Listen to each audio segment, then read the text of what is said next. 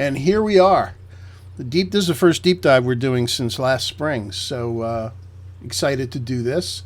And I really wanted to get a class that was beyond the basics and really picking up a whole bunch of different techniques that we can take this to a whole different place. And for those of you that I think I might have done this image in Photography Kitchen last week, but I came across some different things that I want to do to this because there's some tools that we haven't played with that are great for adding pop, and since that's what this is all about. So let me go ahead and first I'm going to make a virtual copy of this, Command or Control apostrophe. So there's my virtual copy of this lovely little cardinal. And you guys are familiar with the basic stuff.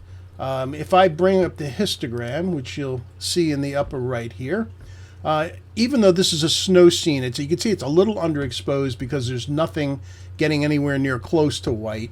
So let me just cut to the chase and add a little bit. And by the way, somebody brought something up last week that they were confused about.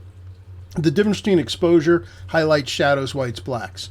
And it has to do with the range that gets affected the most. And by the way, all of these sliders in the tone panel are mimicked in the actual histogram. So if you bring the cursor up to the middle of the histogram, you see it says exposure.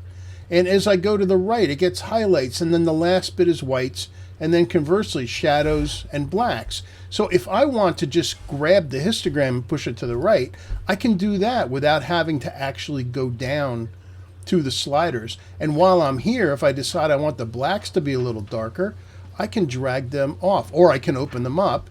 In this case, since the face of the cardinal looks a little dark, I probably want to do a little more for that. In fact, let's see. Let's take a look at the cardinal. Actually, it's pretty good. I want to just bring up the face a little bit. So I'm going to use shortcuts because I have a lot to cover tonight. I don't want to go too basic. I'm going to hit the letter K, which is a shortcut for brush. I've got auto mask on, make it a little smaller. And I just want to grab this dark area around the bird. And this, I'm just going to bring up the exposure. And I'm going to do a little cheat, something we did way back in the portrait days. I'm going to hit K again, give myself a really tiny little brush, and click right in the upper corner of the eye where there's a very light highlight. And I'm going to bring up the exposure of that. In fact, when you have stuff in the way, by the way, with these tools, and you're trying to work underneath that brush where you can't see what the heck's going on, if you hit the H key, that hides them. They're still active, but they get hidden. And you can see now, I can bring up the exposure and put a little catch light in the cardinal's eye. And look how much more light. It looks like zombie cardinal there. And as I just bring up that one little catch light, that's something that will add a lot of pop to an image for anything that has eyes. Just bring in that little specular highlight. And then when you hit H again, it puts the tools back, and then I can just hit enter twice, and there we go. So that quickly, we've gone from, whoops, let me get at his full zoom. We went from there to there. Great. Let's add some pop to this. And the tools we're going to use are going to be something I don't use that often, and I've all of a sudden kind of rediscovered it. So we're going to start with the background. I think the background actually might be a little too bright for the bird, but let's do the bird first. So I'm going to click on Create New Mask and select the subject, which hopefully Lightroom will see is the cardinal. Now, I picked up some of that branch, so I'm going to have to subtract, and I'm going to use a brush here. So let me get a little bit bigger brush here, and I'm just going to drag along the branch here. It's okay if it gets a little bit of it, and don't really care about the feet there. Okay, so there's that. Now, rather than use a brightness kind of panel, what we're going to do is scroll down, and they've recently added a whole bunch of new stuff into the masking panel. As we scroll down, we have the usual stuff. Point color is now in the masking panel, which we're going to do a lot of. Curves is in the panel. Effects are the present stuff that we've seen before. And then also detail. We've got sharpness and manual noise reduction also in the masking panel. But what we're going to do is play with the curve. So here's the curve panel, and this is the same as it's always been in Photoshop since practically from its beginning. And there's two ways of doing it. And since I started on Photoshop right when it came out, there was none of this automatic stuff. You had to do everything manual. So it helped to understand what was going on here. In the curve, it's the same as your histogram. The black is on the left edge, white is on the right edge.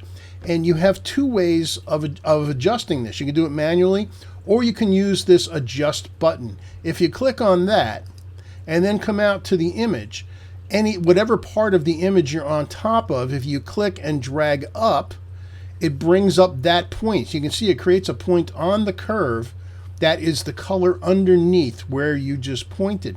And what that means, however, is that you can point on the same thing and just point on a different color, excuse me, and affect it. So just doing that brings that up a bit.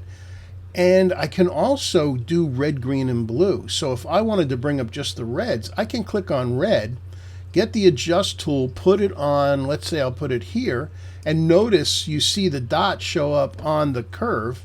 I can click on there and that will put, well, that got weird.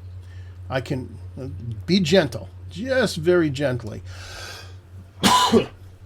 I don't usually do the curves too much for color stuff, but they are there. So let's go again back to our grayscale. While we're here, again, understanding that this is from dark to light, you can add points. And a common thing to do way back when was to start off your curve with a point at 75%, 50%, and 25%, which would be like your shadow, midtones, highlights. So if I wanted to bring up the midtones, I can click on this 50% point that I just added, drag it up, and that is basically similar to doing the exposure. I can also make the highlights brighter. Well, that's nice. Look what that's doing. It's almost, that's very nice. And do I need the shadows darker? Let's find out. Let's click on the shadows and bring that down. Yeah, down a little bit. That's pretty good. And if we want to see what this did, notice we got the eyeball here. Click on that. And there's the before and after of doing the curve adjustments on the bird. And look how it's really brought it out. So I think we're done with the bird for now. But let's come over to the three dots in the mask and tell it to duplicate and invert the mask so that we can deal with the background. So in the background, I think it's mostly going to be the midtones. Here's our curve. I'm just going to click a dot right in the middle here and drag this down and left and right a little bit and see what's going to give me the right feeling I'm after. And look at how much of an effect that has on the image. Since the bird was kind of light, if this was a male cardinal, I might choose differently. But since it's a female, I really want to accentuate. And I can also adjust the contrast. Notice as I put more of a bend, more of a hue in that, it creates more of a contrast to it. And you know what? I like that just a little bit. I'm also going to add one. Actually, I'm going to go automatic. Let's use the button and see if, well, maybe we want to push up the snow a little bit. Let's try that. And you see, as soon as I click on there, it adds another dot to the curve, and I can push up just the whites, or just the things that are almost white. And that's pretty good. And now let's hide this one and see, look what it did for the background. And you know what? That's pretty good. And really for this image, other than doing the normal sharpening kind of stuff, in fact, let's go look at the panel. I'm going to hit enter twice to get out of the masks. And let's go down to the detail panel and just take a look, because I had this conversation with Robert earlier about the super res. Is it necessary? Is it worthwhile? And the answer is really, honestly, only if you're going to make a really big print or you want to take a really little piece of an image and blow it up. And you, by the way, you can't do denoise and super resolution together. However, you can do super resolution on an imported file that is no longer a RAW file, like it's a TIFF or a JPEG. So what you need to do is do denoise, export it, re-import it in as a TIFF or a PSD or JPEG, then you can super res it. Now there's also this raw details thing, which is just what it says. It's supposed to do increase the sharpness, details on fine stuff. Is it something easily seen? Well, I can turn it on and off. Let's see if, yeah, I'm not really seeing anything happen. It may be very slight, but not really anything. Now, as far as noise goes, really not a lot of noise in this image because it's a shallow depth of field. But if you don't like any texture at all, like in these gray areas, we can go ahead and run the denoise filter. And it does a really good job. I actually am pretty impressed with it, where my hopes weren't up. But I find myself really relying on the denoise, and it's gotten to the point where you don't even have to worry about what ISO you're shooting your camera at, because you can shoot at 6400 and it just does an amazing job. And then, as usual, all right, what do I want to do? I'm going to crop this. So I'm going to hit the R key for cropping. I'm not going to go to a standard size. I'm just going to start dragging until I think it makes sense to me. So let's see. I'm going to come down there, down there. Now, this thing over here, as much as I like it, and this is another thing that has to do with the pop in your images, is it too much of a draw away from the subject? And I think in this case it is. Those branches are very busy and very strong. So let's bring them over. Maybe we'll just include the edge, something like that. The problem with that cropping is, by the way, this little bit of snow here, because it's going exactly into the corner. And if you let that happen, it's going to end up drawing you out of the image. In fact, let me hit enter on that. And now notice, instead of leading you in, because there's this short thing, the bird's looking this way, you're going to kind of go that way. You follow this thing, and it takes you right out of the image. So we've got to adjust the crop so that that's not right in the middle. And I'm thinking maybe just come down a little bit. Yeah, I think that works. Let's just go with that. And look at all your corners. There's one up here too, but there's a little too much on the right as well. As much as I love this little bit of snow, we end up with the bird dead center. And actually, you know, as I'm looking at this, I don't know, let's break the rules a bit. Because I always say, when you have an animal, whichever way it's looking, there should be more room in the frame. And I'm going to break that rule here. And why is that? Yeah, I like that. Why? Because everything's out of focus over here. We've got the bird here, and yes, you're going to start to look at it over towards the right. But this out of focus tree off in the background is forming a subliminal visual block to keep you from leaving. In fact, as I look at this, I'm going to crop down even a little bit more. And I love this little bit of snow in that branch. I'm sorry, that has to stay. And yeah, I like that. It's my fault that the little branch there is driving. I'm sure it's driving you nuts. Fine, I'll take a little bit of it off. And yeah, Diane likes it also. I would probably leave it. However, also notice that now my bird is on my left golden ratio grid. And again, under tools, under my crop guide overlay, I always use golden ratio. I don't like the rule of thirds at all anymore. Every once in a while it works, but it's pretty rare. And then, as always, I will come down to effects and add a post-crop vignette. We'll go, yeah, around 12 or so. And again, the thing I like about this is if I decide to recrop, in fact, let's make a virtual copy of this. So Command apostrophe. If you're on a Windows machine, I'll talk slower. Haha. It's Control apostrophe. So I've got an extra copy of it. Now here's the original vignette. And if I hide it temporarily, you can see, notice how the corners darken. And that, again, subliminally keeps you into the middle of the image. However, I want to crop this because I want to put it in a standard frame. That's looking dangerously close. That's not 8x10. I want to say it's probably like a 4x6 size. Let's see. Yeah, that's exactly 4x6. All right, I'm going to go against my gut. I'm going to say, all right, I'm going to really cheap out. I'm going to put this in an 8x10 frame. I have to move the subject a little bit, put her back on the grid. And now that's an 8x10. God, I hate that. But do notice that when I do the vignette, turning it on and off, it follows the new crop, which I can't abide. I'm sorry. Let's see. What else we got here that could be interesting?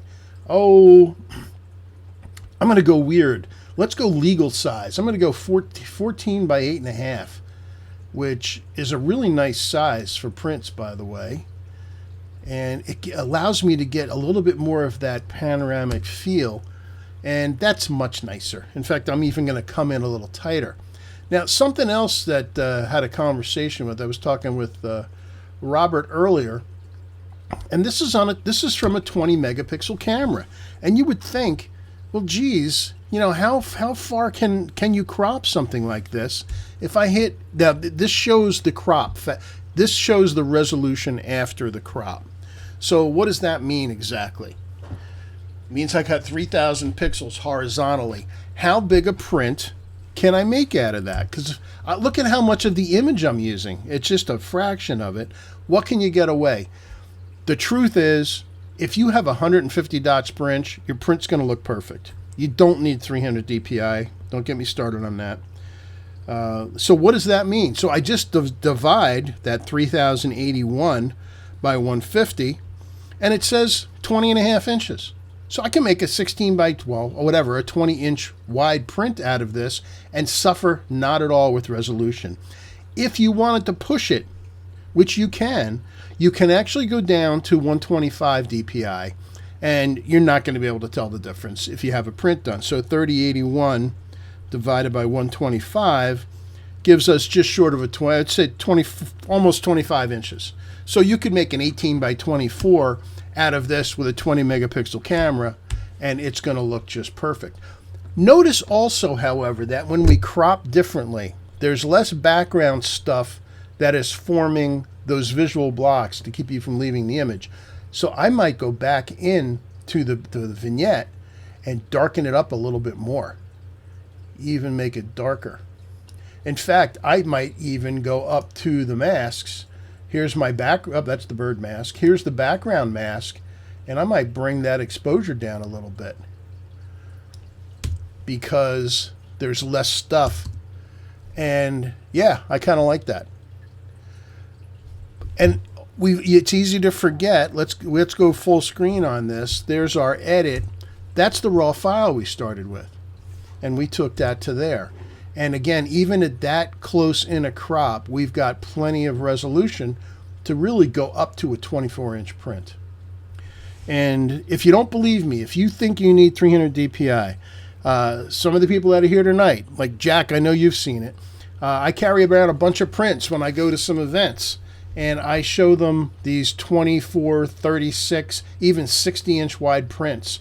And the vast majority of them are printed at 150 to 160 DPI, and you cannot tell they're not 300 DPI. They are absolutely pristine. So if you think you need 300 DPI, no. The answer is no. All right, while we're doing birds, do I want to do another bird? Now, this is kind of the same thing, and I have a lot of stuff to share with you tonight, so I'm going to jump along. And I have a question. Do you need to address? Okay, yeah, actually, Jerry just brought up a question about some of the masking stuff. We're going to do a lot of advanced masking in a little bit, but let's go ahead and deal with this woodpecker. It's a downy woodpecker in the backyard last week. I'm going to just come up to the histogram and drag that over. And as I do that, notice the bird gets lost because of all the background stuff, as lovely as the bird is. And I'm going to bring up the shadows a little bit too. In fact, the blacks need to come up, but just on the bird.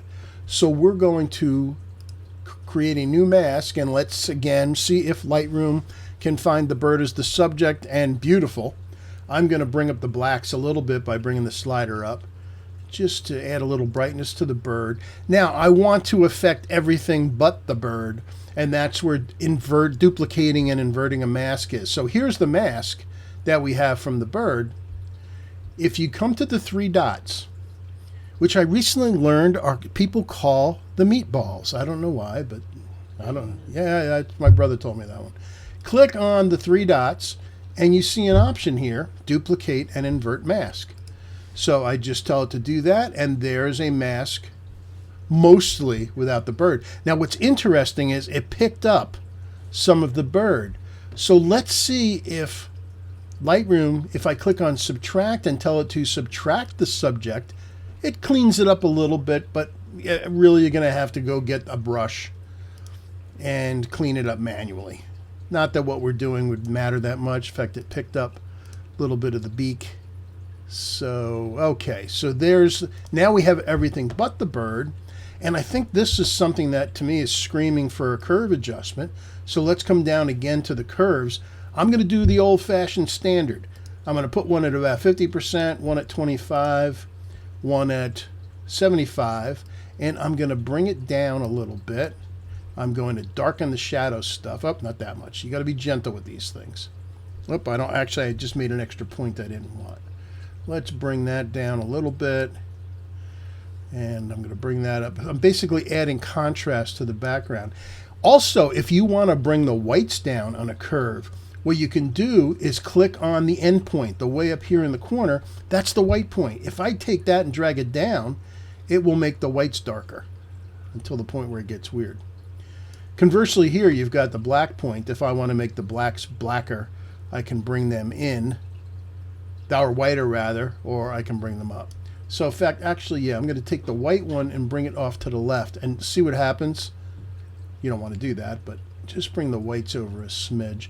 In fact, another thing you can do to really add pop out of an image like this is to change the color temperatures.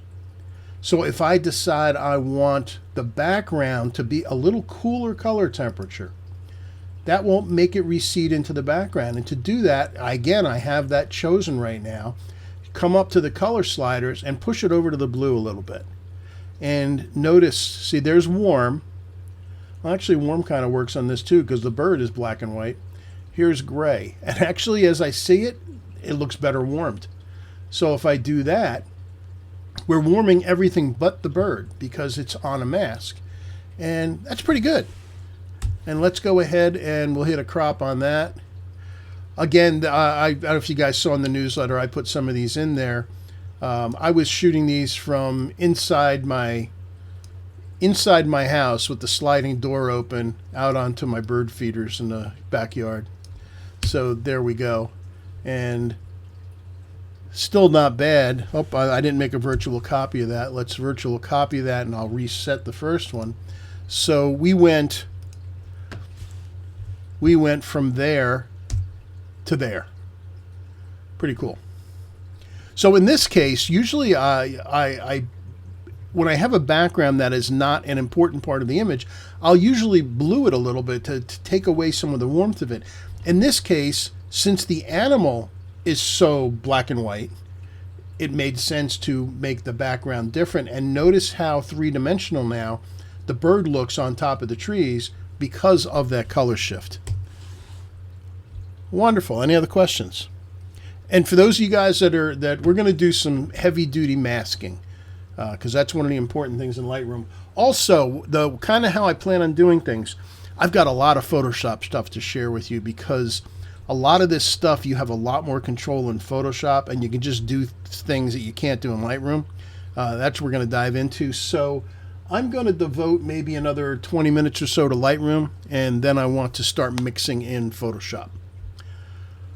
Okay, on to something different, and this one is going to be a hybrid. This is going to be a Lightroom and a Photoshop one. First of all, before you start your edit, what is going on with this image?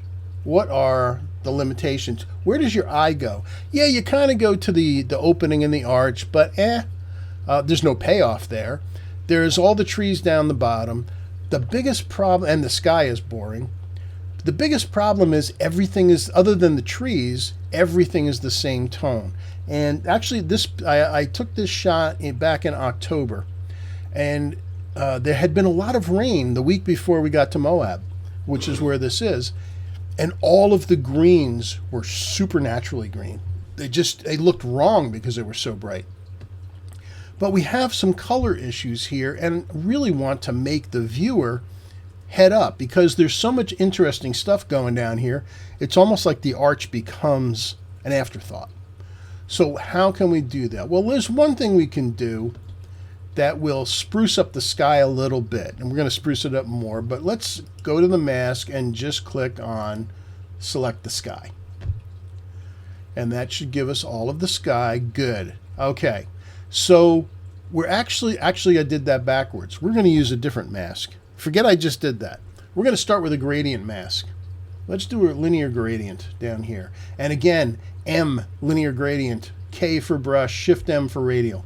You're going to use those all the time. Remember those, and then you don't have to come over to this panel. All right, so linear gradient. And what I'm going to do is choose, let's see, I'm going to start here below the arch, and I'm going to come up almost all the way up. Because remember, even though it's going a lot up into the sky up top, from this black dot to the black square to the white dot, it fades from 50% to 0 of whatever I do in the sliders here. However, I only want to affect the sky.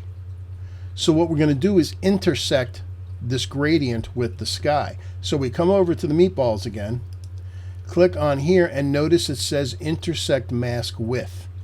We're going to intersect it with the sky. So that means it's going to be a combination of the places where it's both the gradient and the sky. And that's going to give us a gradient that's, comes up a little bit over here. That's really cool. That's a really powerful mask. So I'm just going to bring up the exposure as you would expect, because as you get down to the horizon, things get lighter. And look what that does. It adds a little bit of interest in a sky that's got nothing going on. So that's something you can do. The other problem, again, I want you to get up to the arch. How can I make that happen? Well, part of the problem with the image is the uniformity of color. So we're going to use another gradient. I'm just going to hit the M key on my keyboard, and I'm going to start up in here, and I'm kind of following the angle of the arch. That's why I'm not doing it straight up and down. And we're going to cool this off. So now we're going to add some blue to this, and watch what happens to the ground. Notice how it gets a little bit more dirt colored, not quite as orange. And that's actually how this place looked. Unfortunately, your camera can only capture one color. You can only assign one color temperature. But with your own eyes, if you were standing here and you looked down, it would not be anywhere near as orange as up by the rocks. So that's looking pretty good. In fact, let's even bring it a little more. As we did that, it went desaturated. Let's put a little saturation back in. But it's now a cooler color. That's great. Now we've got the trees. Yes, they were this green, but they're distractions. So do we need to fix that? Let's try it. Now we can ask Lightroom to try to do that. So let's create new mask and choose landscape. And let's see if Lightroom can find the trees. And let's see what it says. Vegetation. That's pretty darn good, except, yeah, that is vegetation down there. All right, fine. I'm going to ask it to create the vegetation mask. Sky we got. Mountains that's kind of worthless. Vegetation was good. Natural ground is like everything but the vegetation. So we're just going to click on the vegetation one and ask it to create a mask just for that. And what I'm after is, well, they look a little bit yellow. I thought the green was a little yellow, so I'm going to add a little blue into it. And notice as I could make it weird, I just want to take a little of the yellow out and maybe brighten it up a little bit. Let's bring up the exposure a smidge. That looks much more pleasant. I like that. All right. Now, do I want to take this into Photoshop now? I think the answer is yes. So I'm going to hit enter on this. I forgot to virtual copy this because I want to have one untouched so that we can get back to it. Let's go ahead and reset just so you can see. That's the actual before any basic edits were done, and we've brought it up to here. I did stuff that you didn't need to see because you guys know the basics. Now, also, before we go into Photoshop, I'm looking at up here, and it seems to be lacking in texture and contrast a bit. So we're going to do another mask. Let's see, how do I want to do this? I think I'm going to do it as a gradient again. And I'm just going to hit the M key. In this case, I'm going to come from here down. And I want, when it gets down to the kind of the base of the arch, I want it at least at 50%. But I need to subtract a couple of things. The first thing I'm going to subtract from this is the sky. So if I come up to the mask, click on subtract, say, all right, let's get rid of the sky first. Now, I also don't want to touch this stuff down here. So I'm going to subtract a linear gradient coming up from the bottom. So let's start here and bring it up. And then lastly, over here, I think that was a contrasty enough. I don't need to mess with that. So I can either subtract with a brush or another gradient. Let's just, to do something different, let's subtract with a brush. And I'm going to leave auto mask on, which will allow me to avoid touching the sky. And I just want to take it out of this area here, because that was fairly contrasty. So now we've made an interesting selection here. Let's go ahead and come down to Effects, open that up, add some clarity and some dehaze. Now that darkened it a bit, so let's bring the exposure back up and maybe even add a little more contrast. Also, as I'm looking at it, and again, this is where having a calibrated monitor is important. As I'm looking at it, this area through here is looking a little bit magenta. Can you guys see that? A very slight kind of purple red to it. A little too much. And if we look down at the color sliders, we've got the green magenta slider here. I'm going to push this to the green a little bit. And notice how it takes, so see, there's the purplish kind of color. Let's bring it over to the green, and that neutralizes it. And that's much better. In fact, if we want to see what it is we ended up with, here's the mask. We can hide it temporarily and see the before and after. So see how it's added life to that side of the image. That looks so much better. Now I could add to the orange too. In fact, as long as we're going to hit every possible slider we can, let's do it. I'm going to bounce out of my masks. We're going to do this with the color mixer. So let's click on that and get the eyedropper, and I want this orange here. And you can see it shows you in the palette how orange it is. If I want to add a little bit more orange to it, whoops, here's the problem. It did it to everything. So what we have to do is undo this. It does have to be done with a mask. So or a brush. Let's just get a brush, K. I'm going to actually delete that last mask. Whoops, where'd my image go? Okay. Let me get back into my masks. Let's see. No, that's good. All right, we're going to create a new one with just a brush. So let's just get smaller here and get the orange parts down the bottom of the bottom of the arch here. Let's bring up the exposure a bit so we can add some inch. Actually, that might be all it needs. Maybe that and a little bit of blacks to bring out the deep shadows. Yeah, that's good. I don't want to mess with it anymore. All right, that's pretty good. I see a couple of the things I want to do to this, but I think we need to go into Photoshop. So I'm going to go to Photo, Edit in, Photoshop, or Command or Control E. This is the last time I'm going to use this menu. From this point on, it's going to be the shortcut Command E, and it will take this image and send it into Photoshop. And while it's happening, we've got a question. Tom J is interested in Viveza. Are you going to do it? Oh, yeah. So Tom asked about, are we going to Viveza? Yes. In fact, is this a good one for Viveza? Probably not. Viveza is really good when you got nice skies. So we'll save it for the next one. But yes, we're going to do a lot of Viveza. Okay, so here we are in Photoshop. First thing, Command J to make a copy of the background. When I have a vertical scene like this, to me there's a little bit too much on the left-hand side, and the foreground of the image is dominating. I think I want to give a little more emphasis to the top. So I'm going to hit the crop tool, because one of the things about a crop tool in Photoshop is you can uncrop. You can add to a image canvas. So I'm going to do that. And we're going to use one of my favorite tools. I'm going to get the marquee tool, which is this one, and select about from, I think about right here. And I'm going to drag all the way up. And we're going to use the free transform tool, which is right here, Command T. Now, if you want it to just go in one direction, you have to hold down the Shift key. And all I want to do is I want to take this thing, I'm going to make this thing a little bit taller.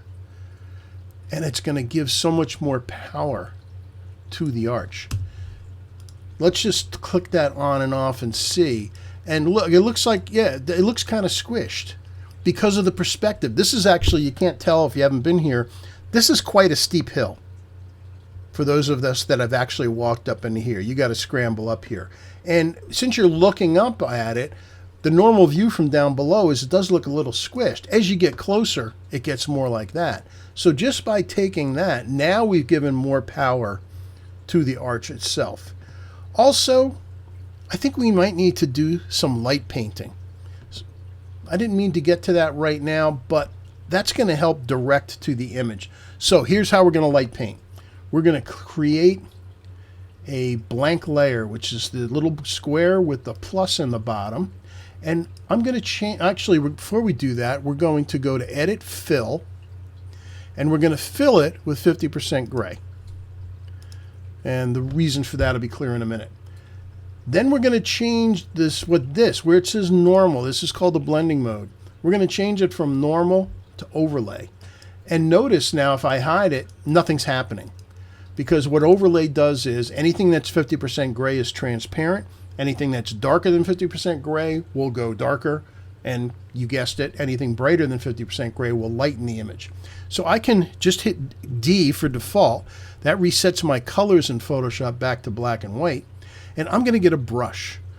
And the funny thing is when you're bouncing back and forth between Lightroom and Photoshop, is in Photoshop all the tools are the first letter of the tool, and the shortcuts, and in Lightroom they're all not. So brush in Lightroom is K, brush in Photoshop is B. So I'm going to hit B to get my brush. And let's see, I'm going to get a little slightly bigger one, and I want a very soft edge, but I also only want to work at 10 to 20%. So let's see if 10% will give us what we want. To do that, we have opacity up here. You don't have to go to it though, just hit the number 1 on your keyboard and notice it just changed it to 10%. So I've got black on a brush at 10%, and I'm just going to start gently painting in these areas over here. And I think that's not enough. Actually, it's working nicely on the tree though, and you might even be thinking, well, you can't even see anything happening. You will when I turn it off, because it is a subtle thing we're after. I'm just looking at the things that are distracting. Now watch when I turn this off. See what we just did. So that's pretty cool. You know, I could do more, but I think I'm going to leave this for now. And also I've got this little bit of white left on the top. I'm going to crop the image. So all I got to do is click, Command or Control click on one of the image thumbnails, like see layer 1 here. Click on that and it clicks to whatever's in the layer. And notice that white, there's nothing in that. So now I can just come up to image crop. And there we go. What's the last thing I would do to this image? I'm going to give up. I'm going to give in. The sky isn't a cut. Yeah, I want a sky. I'm sorry. So we're going to go up to Edit Sky Replacement. Now, I've uploaded a whole bunch of my own skies into this. It's going to, of course, do whatever which one I did last, which that's weird. Why? Because I'm on the wrong layer. Let's cancel that. My bad. I tried to put a sky on my lighten and darkening layer. Let's go back. Sorry. Edit Sky Replacement. And I'm going to use a different sky than this one. I want a deserty one. So I click on there and I scroll down to all the skies that I've loaded in. Let me find a nice deserty one. Let's see. Ooh, that's cool. We'll take that one. All right, nice deserty sky. How do I know it's deserty? Well, you can see there's land in here. And I'm just going to hit OK for now. Now, there's things that Photoshop does for the sky thing that I do not like. It does this edge lighting thing and this foreground color thing, and it actually impedes on the image. So I'm going to turn that off. I'm going to turn that off. I'm going to turn off the edge lighting. Yeah, that's better. Now we just have the sky. However, let's click. See, this is the mask. Here's the sky. I can hide that. There's the sky. And here's the mask. If you Option or Alt click on the mask, it shows you the mask. And you get to see how good the mask is. In this case, notice it's a little bit gray. And how can we tell for sure? Well, the keyboard shortcut, if we go up to Image Adjust, to levels is Command or Control L. So I'm going to do a levels right on top of this. And you can see all of this stuff in the histogram is not quite pure white. And I want pure white. I want my new sky to really show through. And anything that's supposed to be black, I want pure black. I just want myself to have a nice sharp black and white mask here. And now when I click back on the sky, it comes in cleaner. Now, for some reason, it ignored the hole in the middle. Well, that's a complete fail. So what do you do with that? Actually, you know, I think I'm going to hold that. I'm going to come back to that. I'm going to show you on another image. So the manual way of replacing a sky that gives you a lot more control. So we're going to live with this one from now. One last thing I would do, since there's nothing going in the sky, I would crop this a little differently, but I always do my crops in Lightroom, not in Photoshop, because Lightroom's crops are non-destructive. So I'm just going to hit Command S to save this. I don't want the brush tool anymore. Command S. Okay.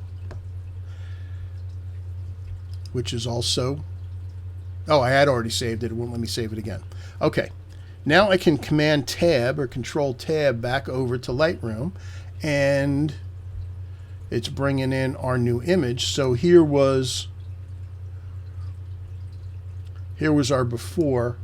See what we just did? See just that little bit of perspective change, what it does. So let's hit crop. We'll get rid of that. I don't need that much sky. In fact, I'm going to even crop a little bit more of this.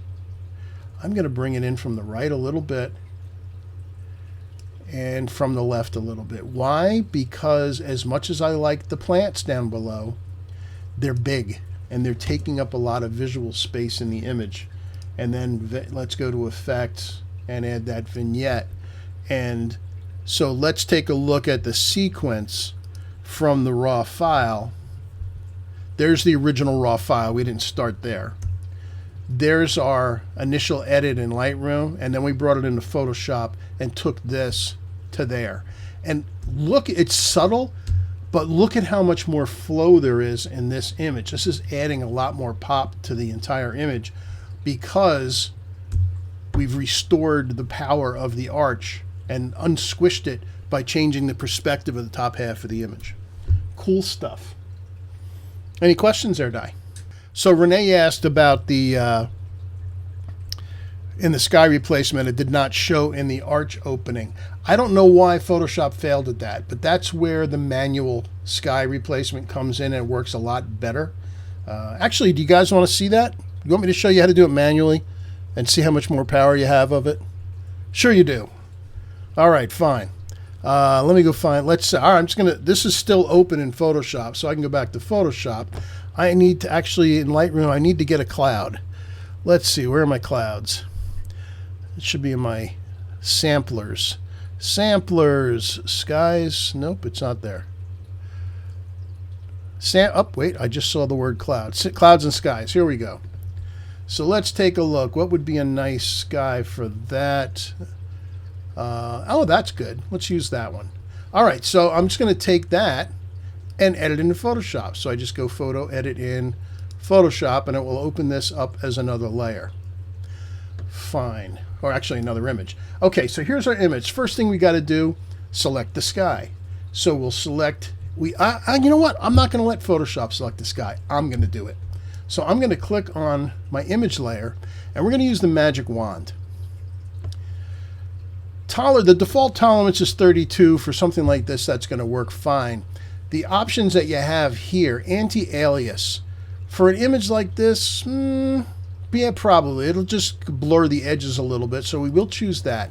But I don't want contiguous. I want it to pick up all the blues, meaning here and in here. If I have contiguous on and click in the opening, it only gives me the opening. Now, I could hold down the Shift key and come up to the top and add to it, and that will work. However, if I deselect those and turn off contiguous and click it, the blues were off enough. It was more than 32 points lighter or darker, so we still had to go ahead and use the plus. All right, so there's our sky. So now I need to go to my other image, my, where was that, here? Yeah, let's get the sky here. and just copy that. And now we'll go back to here. Now, so I copy the sky. It's on the clipboard. I've got my sky selected in this image. You go to,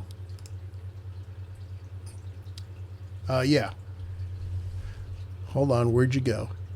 Edit, paste special, there it is.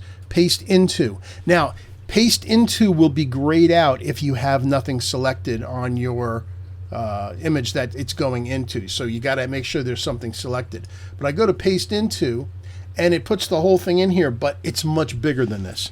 Let's hit Command T, and you can see it put the sky somewhere else. Now the beauty of having the sky here is I really have flexibility as to where I want to put this, and you can also spread it out. If I just want a subtle sky, I can really expand this thing, because skies really work well like that. Okay, so here's my sky layer, but you know what? It's kind of dull. So I'm going to, with the layers chosen, hit Command U, which is U saturation, and just boost the saturation of this thing. That's good. I'm also going to boost the contrast. So there's another option here called brightness contrast. Let's go ahead, and that's going to be a layer. I'm going to add some contrast and some brightness to the sky. Now, it did it to the whole image because the mask is blank. But remember, we have underneath it our mask of the arch with just the sky.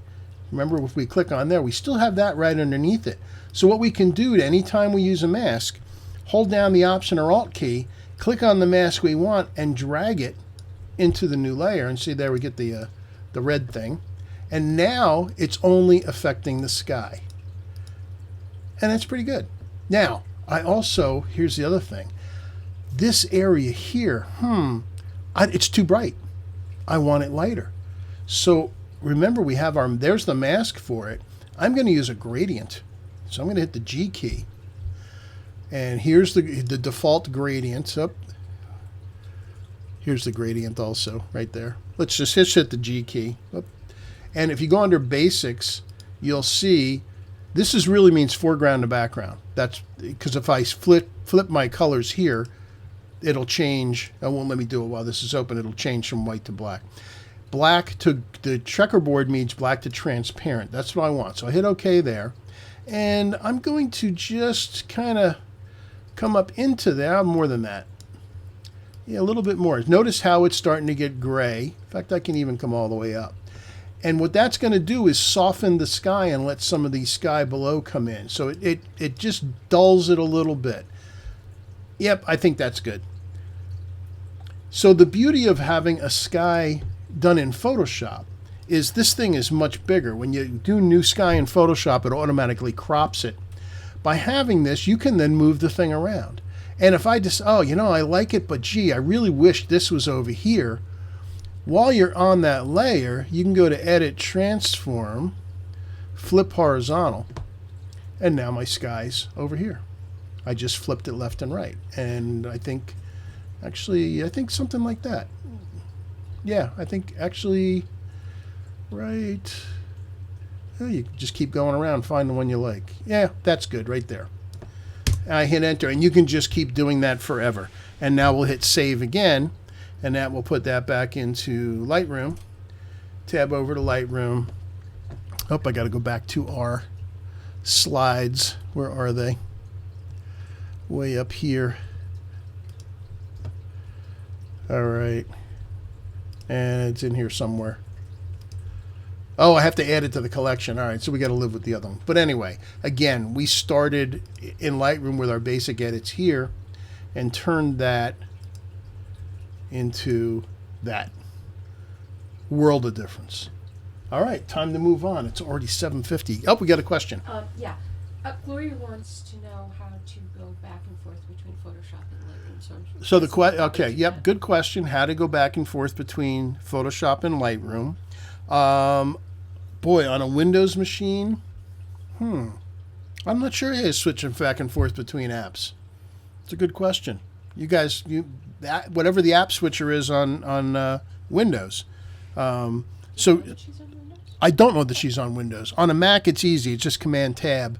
Will cycle through your currently opened apps. So Command Tab, it'll show me everything that's open.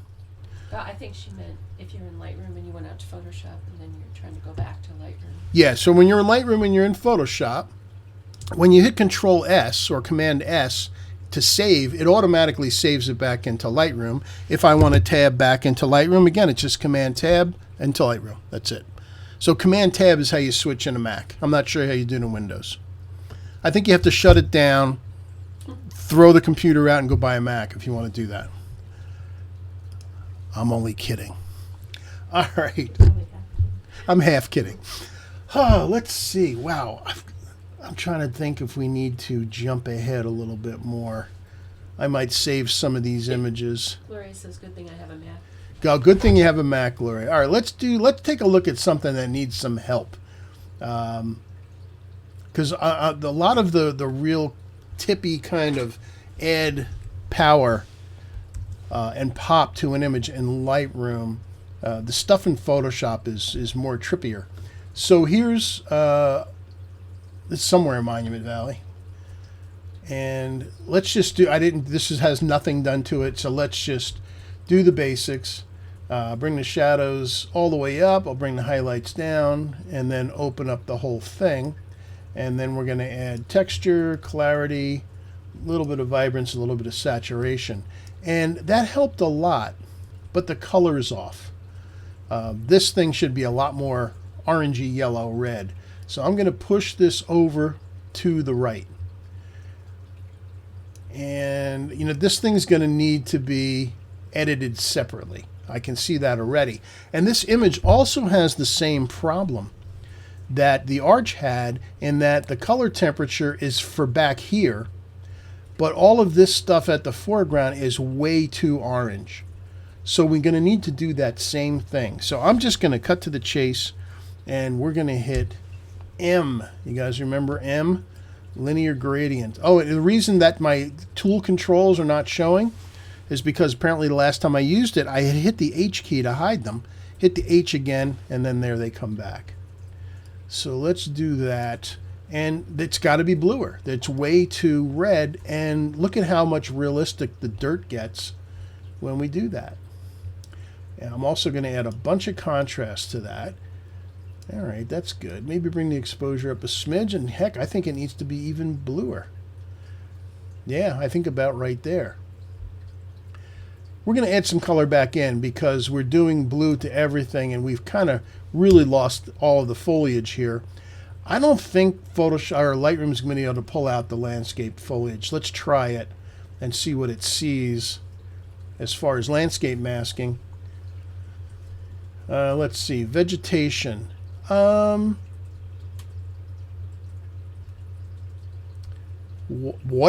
It sees that as water. Okay. Actually, you know what? Vegetation. I can work with that. Let's use vegetation again. So we'll create the mask for that. It's not perfect, but it's going to get us where we want to go. So there's vegetation. I'm going to add blue to that and green. Oh, yeah, that's much better. Notice how now the plants show up, where in the past they didn't. Again, because the color there's many different color temperatures in this image. Now, the problem is this thing. Will Lightroom see this as a subject? Let's find out. Let's see if I click on subject, if it selects that. Son of a gun, it did. All right. What does it need? I think we might go back to the tone curve for this. So let's scroll down, and I'm going to do what's called the standard S curve here, which you can also kind of get by going. Notice underneath it has presets, and there's 3 of them. And if I click on linear, medium contrast, and strong contrast. And it needed the strong contrast. I like that. It's also still too dark. So let's bring up the exposure a bit. And the shadows. The shadows actually have too much color for my liking. Let's make them a little blacker. And this is something that Photoshop can do very differently, and that's be able to select just shadows.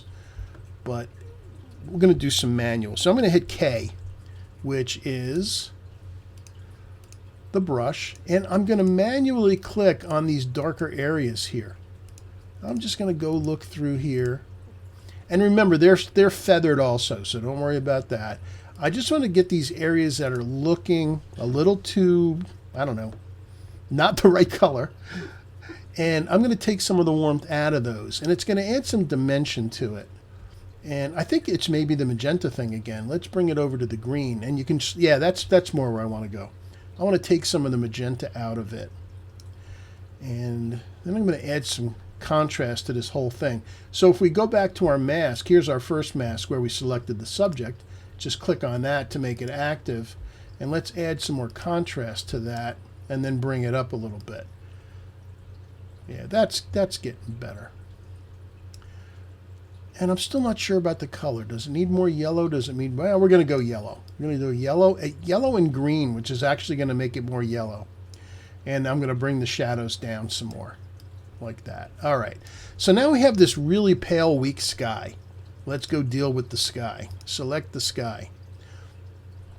I guess, you know, I hate to say it, curves to the rescue again. Let's just go use the strong curve thing. And it's still not enough. We need to do more. So let's bring up the exposure a little bit. Let's bring up the contrast a lot. That'll bring the blues back. And color temperature of the sky. This is looking a little bit, not white. I want to say it's slightly yellow. So let's bring this over to the blue just a smidge. Yeah, it kind of makes the white look a little cleaner. And then lastly, the blue that it did bring out, I'm not sure if I love it. It looks a little bit cyan to me. And I know this is something a lot of you guys are not used to, and that's being able to figure out what something needs. But that's okay because I'm going to show you some tools that'll just do it without you having that experience. I'm going to use the color mixer again with the eyedropper. Let's come up, and you can see I've got grain up in here. Although that's looking at it at 300%, so it doesn't count. The nice thing about clicking in the actual color mixer is you get a better sense of the palette involved. And you see this inverted triangle here for the blue. And you can see this is cyan, that's magenta. You can see it's a little too far over to the cyan. So I'm just going to push it back to the middle, which is going to make it more of a neutral blue with not a cyan or a magenta cast to it. All right, that's pretty good. So we'll do that. Actually, I'm going to go back to our sky. I'm going to go back to the sky, add a little dehaze to it too. Let's see if that'll add a little. Oh, that's way too much. And who was it? Tom, I think, mentioned, oh, you're going to do Viveza. Yep. And you know, I think now's the time. All right, so I was going to save Viveza for the end, but this is a good time to get into Viveza. So how do we do that?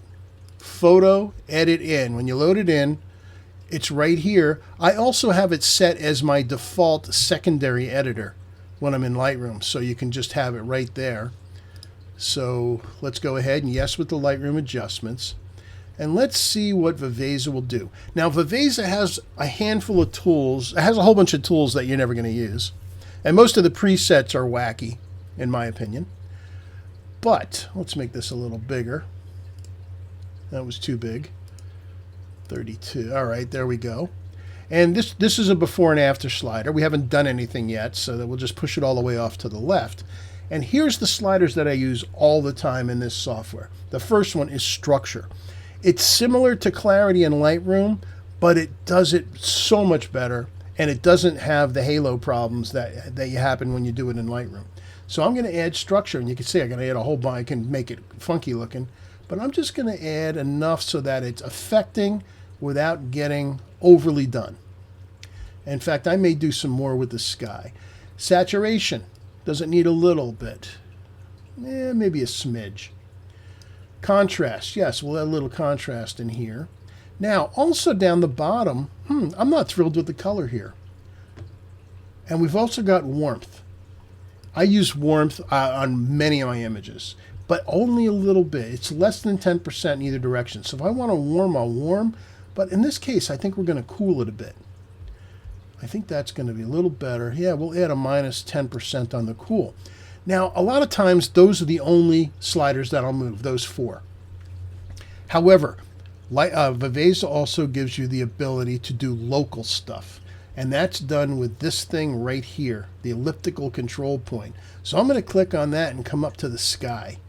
And you can then take these things and drag it. And what it's going to do is it's only going to affect stuff that matches the tonality of what's under this dot. So even though this ellipse is over the top of the rock formation, it's not going to touch it. But if I want to add some more of that structure to the sky, I can click on this, that's saturation. I click on the structure slider. Look, look at how it separates out the sky. That is really cool. And once you find something you like, what you can do is hold down the Option or Alt key, click on that dot, and drag it over to the other part of the image you want to do it on. Now also we've got this thing over here.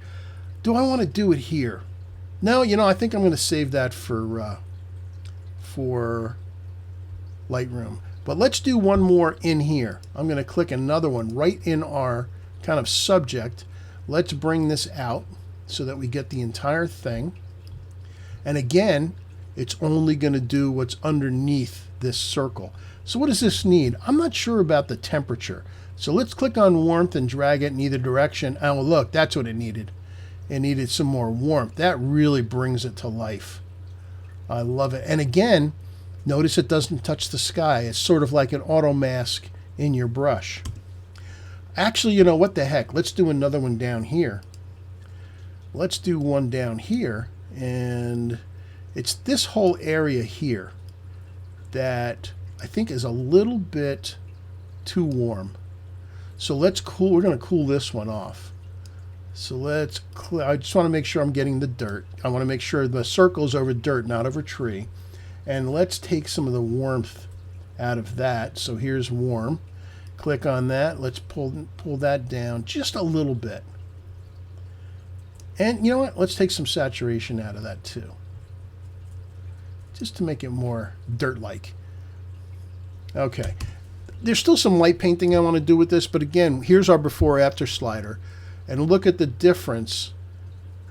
There's pop. There's a finishing for your image. Notice it's almost like you just put on a pair of polarized sunglasses because all of a sudden everything got clear. And honestly, I would say, wow, a large percentage, a majority of my images get some kind of Nik Viveza treatment before I consider them finished. They will all get that before where'd you go? Where's my TIFF? Here it is. They will all get that before I send an image out to print. A couple of other things in this image. What are the problems?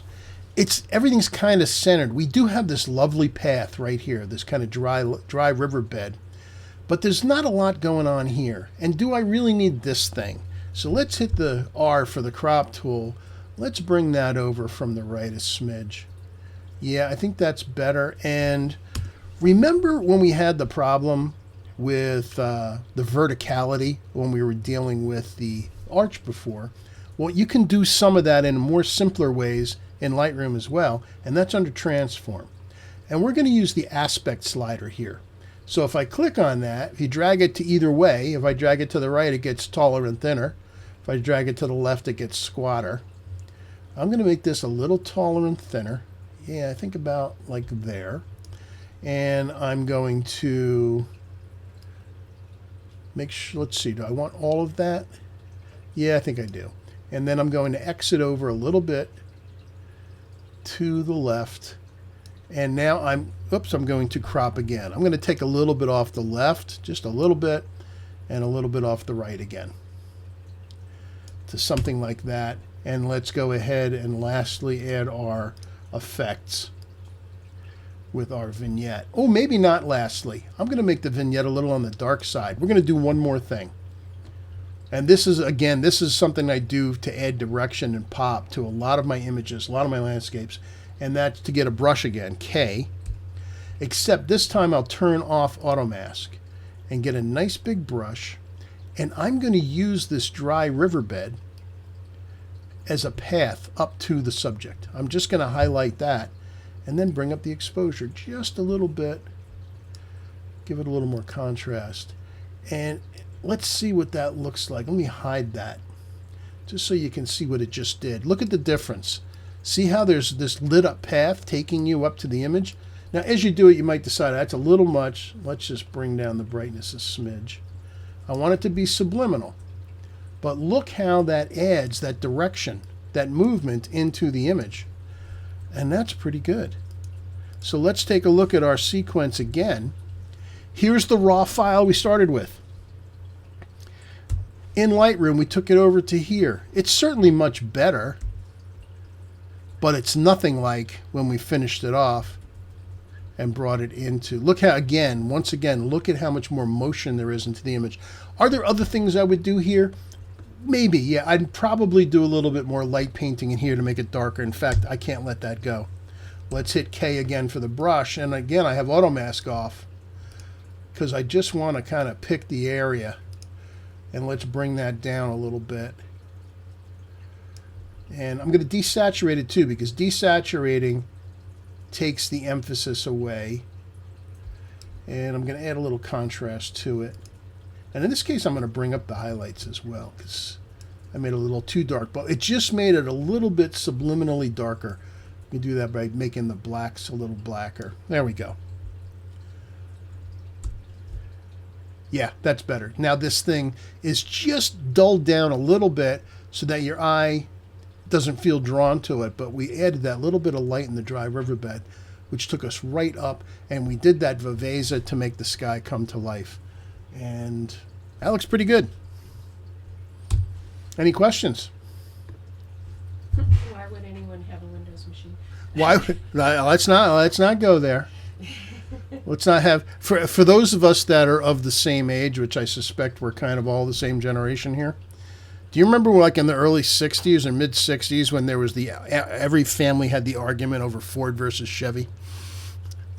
And that ring a bell. And then there was the odd Mopar families. Yeah, that's kind of the same thing with Windows and Mac. All right. Are you guys ready to? Do you guys want to take 5? Do you want to get up and get a drink of water or something? Yes, no, anybody? No? Okay, you just want ready to keep going? All right. I didn't want to wear you out. Let's see. Do you want a landscape? I'll show you the landscapes. I have a nice big panel here. Do you want a big panoramic from Arches, or would you prefer to have a young lady riding a horse on the beach? All right, hold finger one for young lady on the beach, 2 for Arches. What do we got? 2, 1, 2, 1, 2. Oh, you're no help at all. Fine, we'll do it both because this can be a pretty quick one.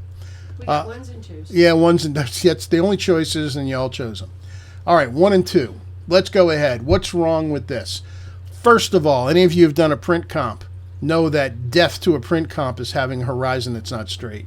So let's get the crop tool and get the angle tool and drag across so that the ocean horizon is actually straight. Now, as you look closely, look in the middle. Do you notice when I bring it over to the right, there's a slight dip? Did you see that slight dip there? And that's a lens distortion. So we got to fix that too. In order to see it, I'm going to hit the crop tool just so we have some lines. And we're going to go down to lens corrections down here and go to the manual lens correction. And that's under the distortion slider. And we can go either way. But by doing this, we can actually get rid of that slight, very slight bump down in the middle of the image. And now when we go to our crop tool and use the angle tool and drag across that, now that slight bump down in the middle of the image is gone. All right, so just so you know that's there. Okay, first, sky. We need to do something with this sky. I don't know if there's any clouds in the sky. Let's find out. So we'll go to our masks and go to sky. And let's go to dehaze and see if there's anything there. I don't know that there is. Let's go to dehaze. Actually, there is a very little bit of sky in there. Let's add some clarity. It's an odd color, though. It needs some blue. And let's go up to the slider and add a little bit of blue to it. And it's got a little cyan, which is like green. So we got to put magenta over a little bit, just to make it look a little bit like there's some color there. All right, question. Where was the angle tool? Where was the angle? The angle tool is under the crop tool. So the crop tool's right here. And if you look right down there, there's the angle tool. You click on that, and then it gives you a pointer, and you just click and drag across something you know should be either perfectly horizontal or perfectly vertical, and it will adjust the angle for it. And you can see that's a small amount. As you can see, it's 0.28 degrees off, but that's enough to completely throw off an image. All right, so the water. The water's kind of a slightly off color, don't you think? There's something not quite right about it. Yeah, it's out of focus, and that's intentional. How can we select the waves behind the girl? We're going to have to use a couple of different masking combinations, subtractions, and etc. So let's hit M to get our linear gradient. I'm going to start right up at the top of the horizon and bring it down. Actually, I'm going to go the 50% right to that little wave crest right here. And what do I need to do? I need to deselect or subtract the sky out of that. So let's get rid of the sky. And I need to get rid of her. I don't want her and the horse affected. So we're going to subtract the subject. Et voila. That's so cool. I never get tired of seeing that. So what does it need? I think it was a little yellow. So let's add a little blue to it. Yeah, that's what it needed. Look at that. It looks so much better already. A little bit of blue. In fact, even though it's out, I don't want to add too much call to it because it's out of focus. Let's go ahead and add a little clarity to it as well, just to add a little contrast. That's too much. If it was a sharp, the sea was the subject, I'd add more. But I think about right there. In fact, I'm going to bring up the exposure just a smidge. Okay, there we go. All right. Great. So we got that taken care of. Let's click on New Mask and get the subject. Let's get the girl and the horse. They're a little too dark, so let's bring up the exposure on them. It's mostly a shadow thing for this. So let's, oh yeah, that looks so much better. There's the shadow. And let's see. I think her red shirt's actually a little too red. Hate to say it, but we're going to go scroll down to the color mixer that is in the mask. As soon as I can find, here we go, point color it's called. Let's get the eyedropper. We'll choose that red shirt, and we're just going to bring the saturation down a little. And maybe make me a little darker. And let's see, do we want it redder? Maybe you do, yeah. A little redder and a little less saturated. I mean, it was pretty saturated too. Now, here's something cool. How do we add dimension to the animal? We're going to do a little bit of light painting on the horse itself. So we're just going to hit K to get ourselves a brush. I think I do want auto mask on for this. And we're going to get a small brush. Let's make the brush nice and small. And what I'm looking at are what places on the horse are already light. So I've got I've got some spots here, here. I mean, it might look like I'm doing really haphazard, but you'd be surprised. Let's go there and then back here. Those are the areas that are kind of light. I'm going to add a little bit into where the eye is too, and right behind this ear. And watch what happens when we bring up the exposure on this a little bit. Just a little bit. Look what happens. It adds dimension. Now it becomes three-dimensional. That's pretty cool. Now also, the spray down here looks a little bit yellow to me. So let's get another brush, K. I'm going to make auto mask is on. Let's select all in here. And as I look at it, this kind of area here looks a little too yellow for me as well, which means we need to add blue, which is the opposite of yellow. So let's add a little blue. I just want to neutralize it. But see how it looks almost a little dirty there when you do that? We add the blue, and it cleans up. There we go. So let's hit enter on that. And anybody bothered by the boat way off in the distance here? That's got to be driving. No, nobody cares. Somebody doesn't like it. All right, so let's get rid of the boat. To get rid of the boat, that's not worth using generative AI. Actually, this is a good part for the clone tool. When you use the erase tool, you have the standard one, the Band-Aid. This is the clone brush. This is generative AI. I think this is a perfect call for the clone brush, because what it's going to do is actually use a separate part of the image to get rid of whatever you're on top of. So I'm going to click on once, and it goes right next to it because it's just more of the same sea, and that's gone. So let's get our crop tool. Nothing going on in the sky, so let's bring that down a little bit. And we'll go ahead and bring that down, hit enter, and add our vignette so that we can get over to the landscape. And that's going to be the last one that's going to be mostly in Lightroom, because we're going to head over into Photoshop from that point on. Yes, a question. What about her head at the skyline? Her head at the skyline. What about it? It's bothering somebody. Yes. Could I fix that? I could. Am I going to fix it? No, not now. So the complaint was that her head, the top of her head, is right at the top of the water. It's not breaking through it though, and I think maybe because when you look at it zoomed in, it's not as offensive as when it's zoomed out. I see what you're saying. You would like there to be a little bit more water above here. That would be something pretty easy to do in Photoshop, actually. So if we have time at the end, we can consider going there. All right, that's all I'm going to do to that. Actually, let me virtual copy that so we can see our before and after. And yeah, it's actually going to be a fairly dramatic before and after. There's our before. There's our after. Look at how the horse has come to life. Look at how it is three-dimensional now, just by that little bit of light painting, by bringing up the shadow parts of the animal. Love it. Alrighty, moving on. A nice big panoramic from Arches National Park.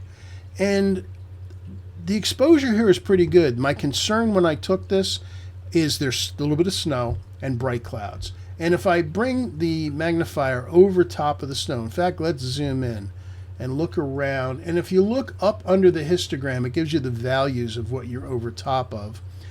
And I was safer than I thought. I'm right around, 90 is about the brightest thing I'm seeing.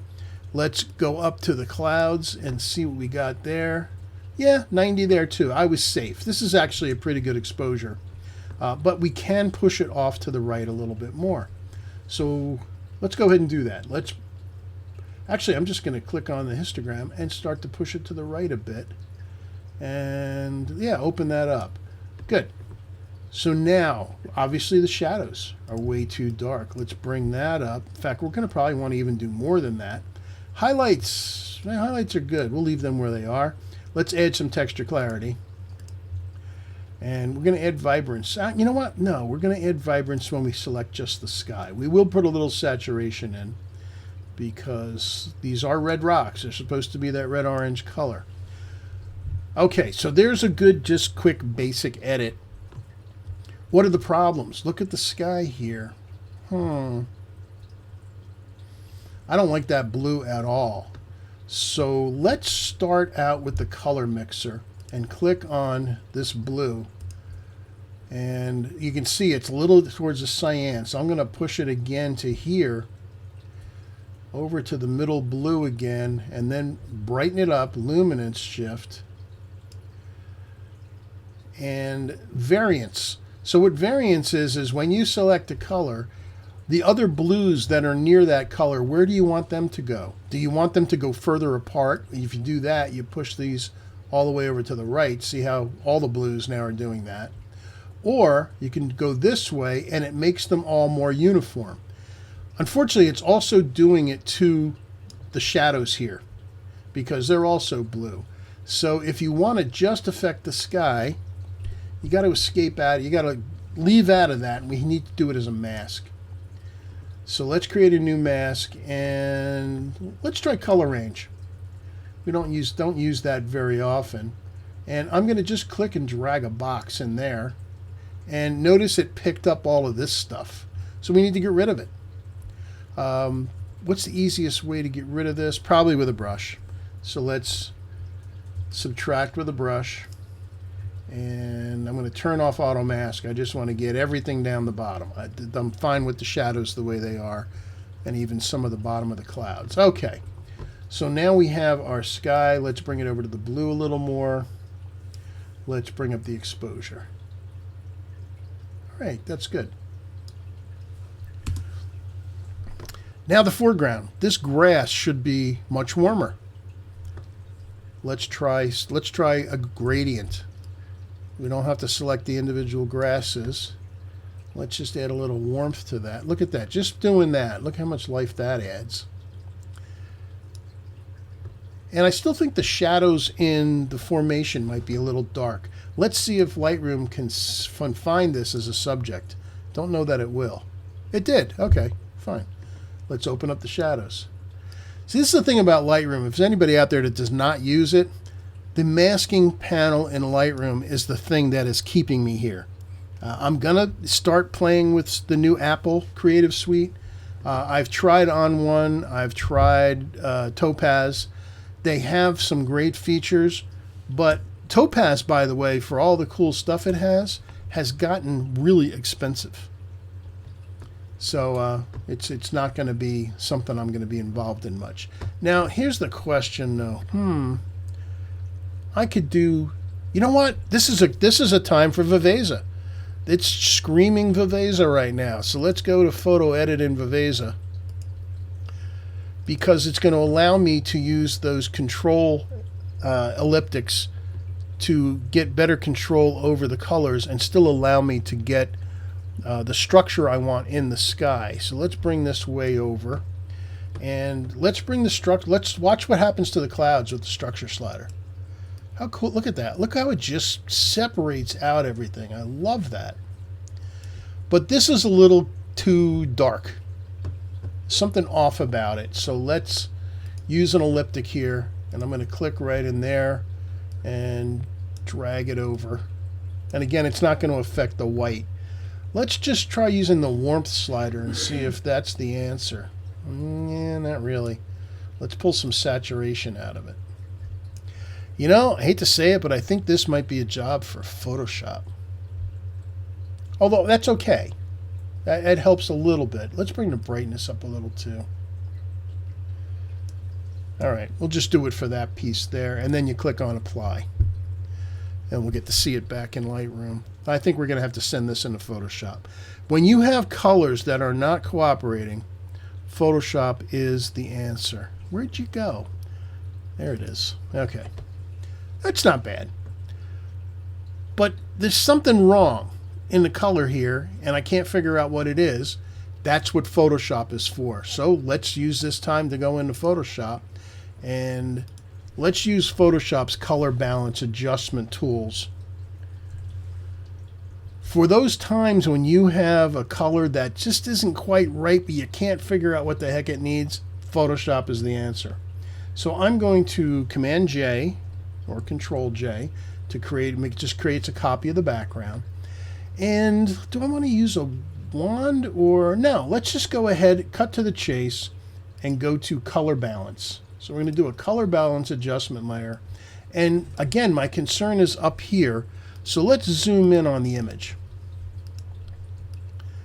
Okay. What does it need? I don't know. Let's find out. I'm going to add a bunch of red. No. Bunch of cyan. Less bad? No, I don't like either of them. Yeah, maybe actually a little red. Very little bit. So let's do a little magenta, a little green. Needs a little green. Nope, needs a little magenta. Yellow, blue. Just go back and forth and see which one looks better. Yeah, it needs a little blue. And that was just for the midtones. Let's go to highlights. Let's see. Red, cyan, red, cyan. No, I don't like the cyan feel. Green, magenta. Yeah, magenta. This sky is lacking its red component somewhat, which is why the color's off. And then blue. Blue, yellow, this is a little more subjective. I'm going to add a little blue. I'm going to think I shot this with Kodachrome, for those who used to do that. Little red, little... No, cyan is definitely the problem. Every time I push one of these sliders towards the warm color, it makes that sky look better. And then blue, yellow, blue, yellow, blue, yellow. A little bit of blue. Okay. So now let's turn this on and off. Yeah, the blue looks better, and it completely screwed up the rest of the image. which is okay. I could have selected, yeah, the whole image is off now, but the blues look great. So how do you do this? Well, click on one of the image layers, and we're going to go select by color range. So if you go up to select, color range is an option. And with the eyedroppers, you tell it, let's go up to sampled colors, get an eyedropper, and you click. And it shows you in here what it's selected. Now, you can have it expand out by extending the fuzziness and the range. And you can see it's starting to pick up some of the shadows in the foreground, but we can mask those back. I can also get the plus eyedropper and come over to this corner a little more, make sure it adds, and see what it just did. Now, is this one bothering me as much? Maybe not, but let's add it anyway. And look what it just did. How cool a mask is that, just with the colors that are the problem? Hit OK, and there's my mask. I can now decide, well, I don't want it to affect this stuff down here. So you get the lasso tool, hold down, there's the lasso tool, hold down Option or Alt, and it turns it to a minus, and then I just drag around this. This is only going to be kind of a subtle color shift, so there we go. All right, so now we've got a selection. Click on the mask. Whoops, get back here.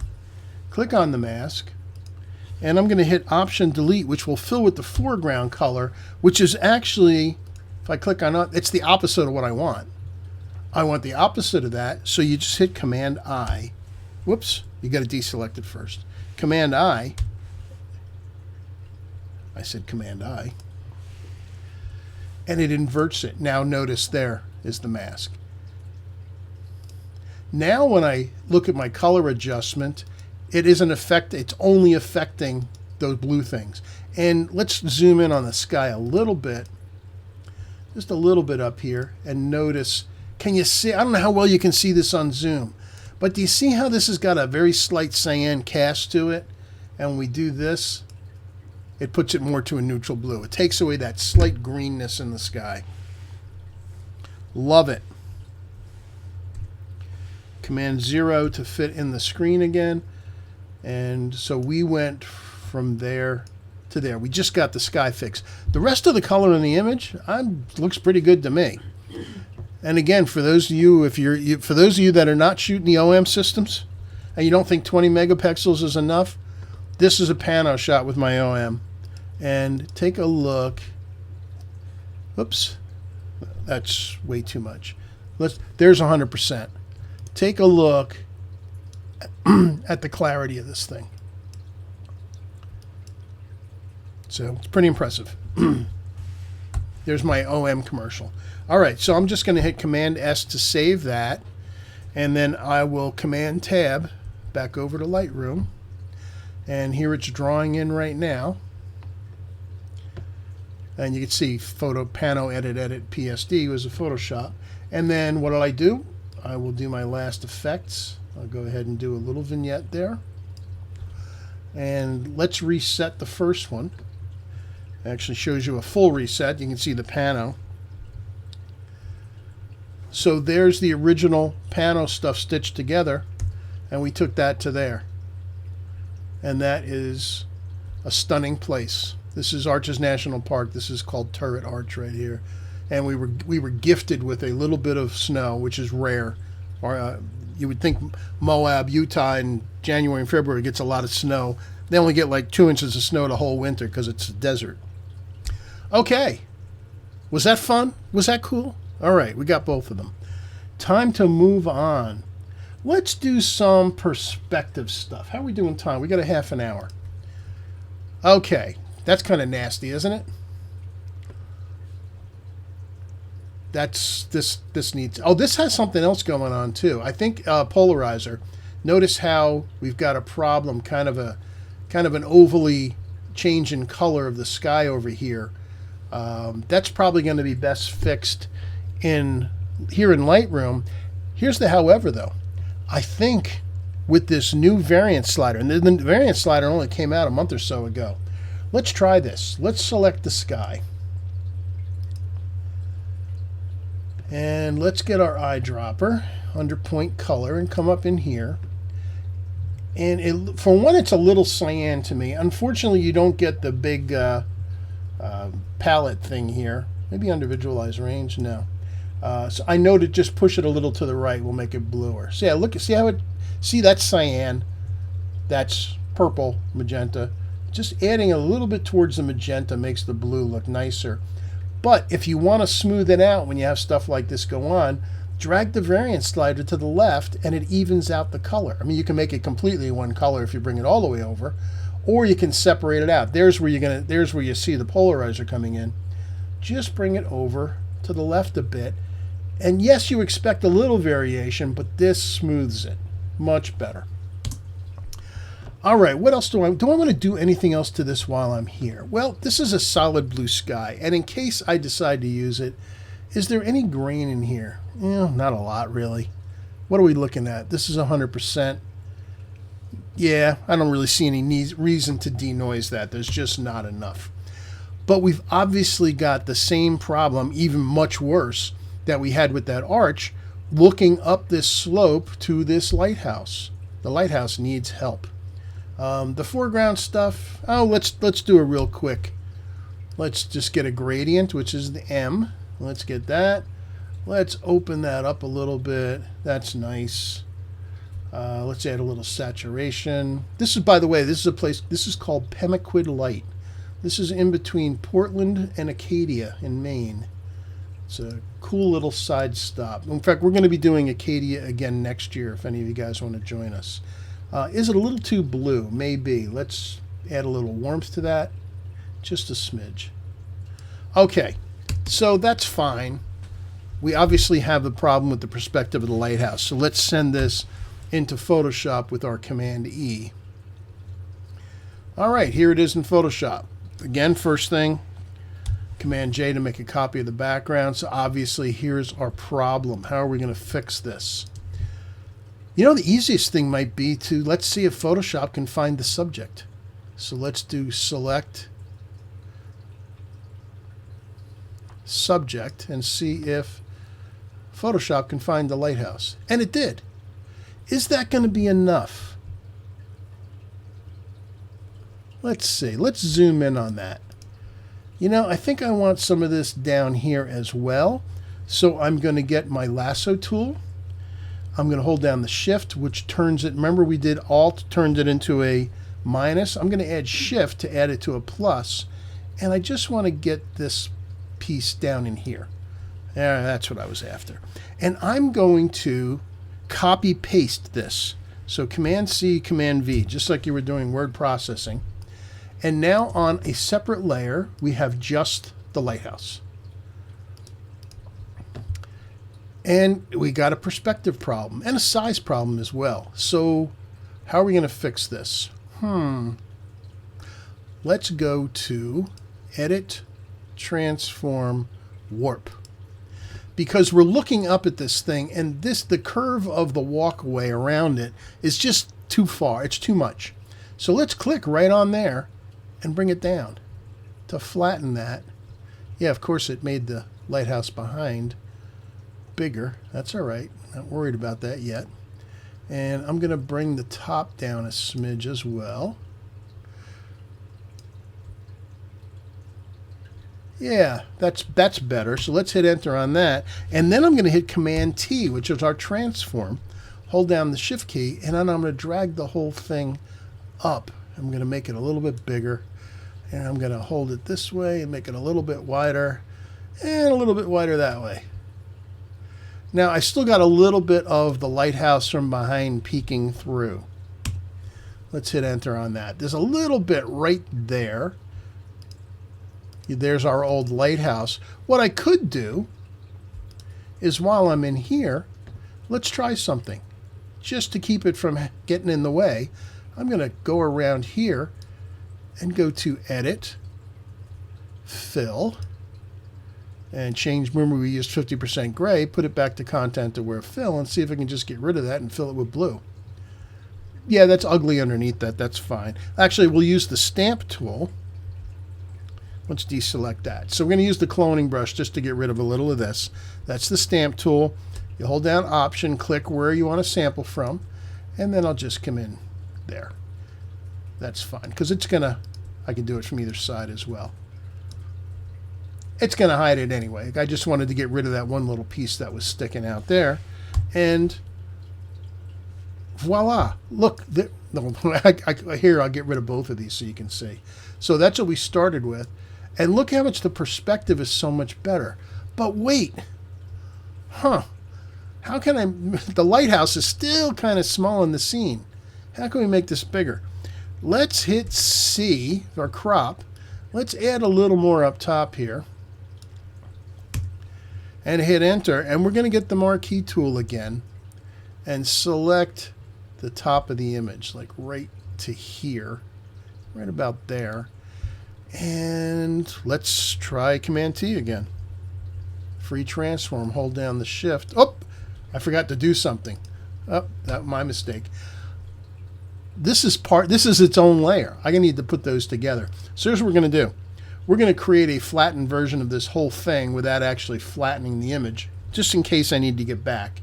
So I hold down Option and click on the 3 lines, which is the layer menu, and click on Merge Visible. Now, since I have the Option Alt key down, it gives me a, so if I hide these other layers, it gives me everything on one layer. So now I can get my tool again. Let's do that selection again down to there, and Command T. Hold down the Shift key, and let's make our lighthouse a little taller and happier. Stand up straight. There you go. No slouching. Can't have slouching lighthouses. All right. Love it. Now, what else? Maybe I think if you've seen this, that actually is not much of a distortion of this lighthouse, but maybe it's a little skinnier than it should be, but that's easy to fix. Let's hit C again, and I'm going to drag out this way. No, I'm going to do it to the other side. Let's drag out this way to add a little bit more canvas to the image. And we're going to do this instead. Now I'm going to go right up to the lighthouse, and we're going to use Content Aware Scale.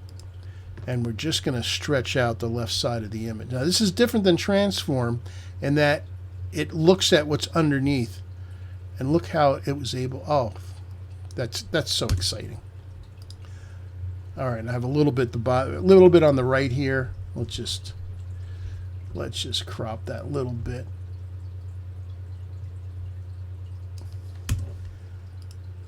Great. Okay. Now, oh, I have a little bit on the top. We'll crop that later. Now, you know what we have to do here. We have to. I'm sorry. This needs a sky. I'm going to let Photoshop do this. We'll just do a sky replacement, because we can go in and adjust it. Let's see. That's a western sky. So I like to, at least if I'm going to replace a sky, I want it to be from the same kind of environment.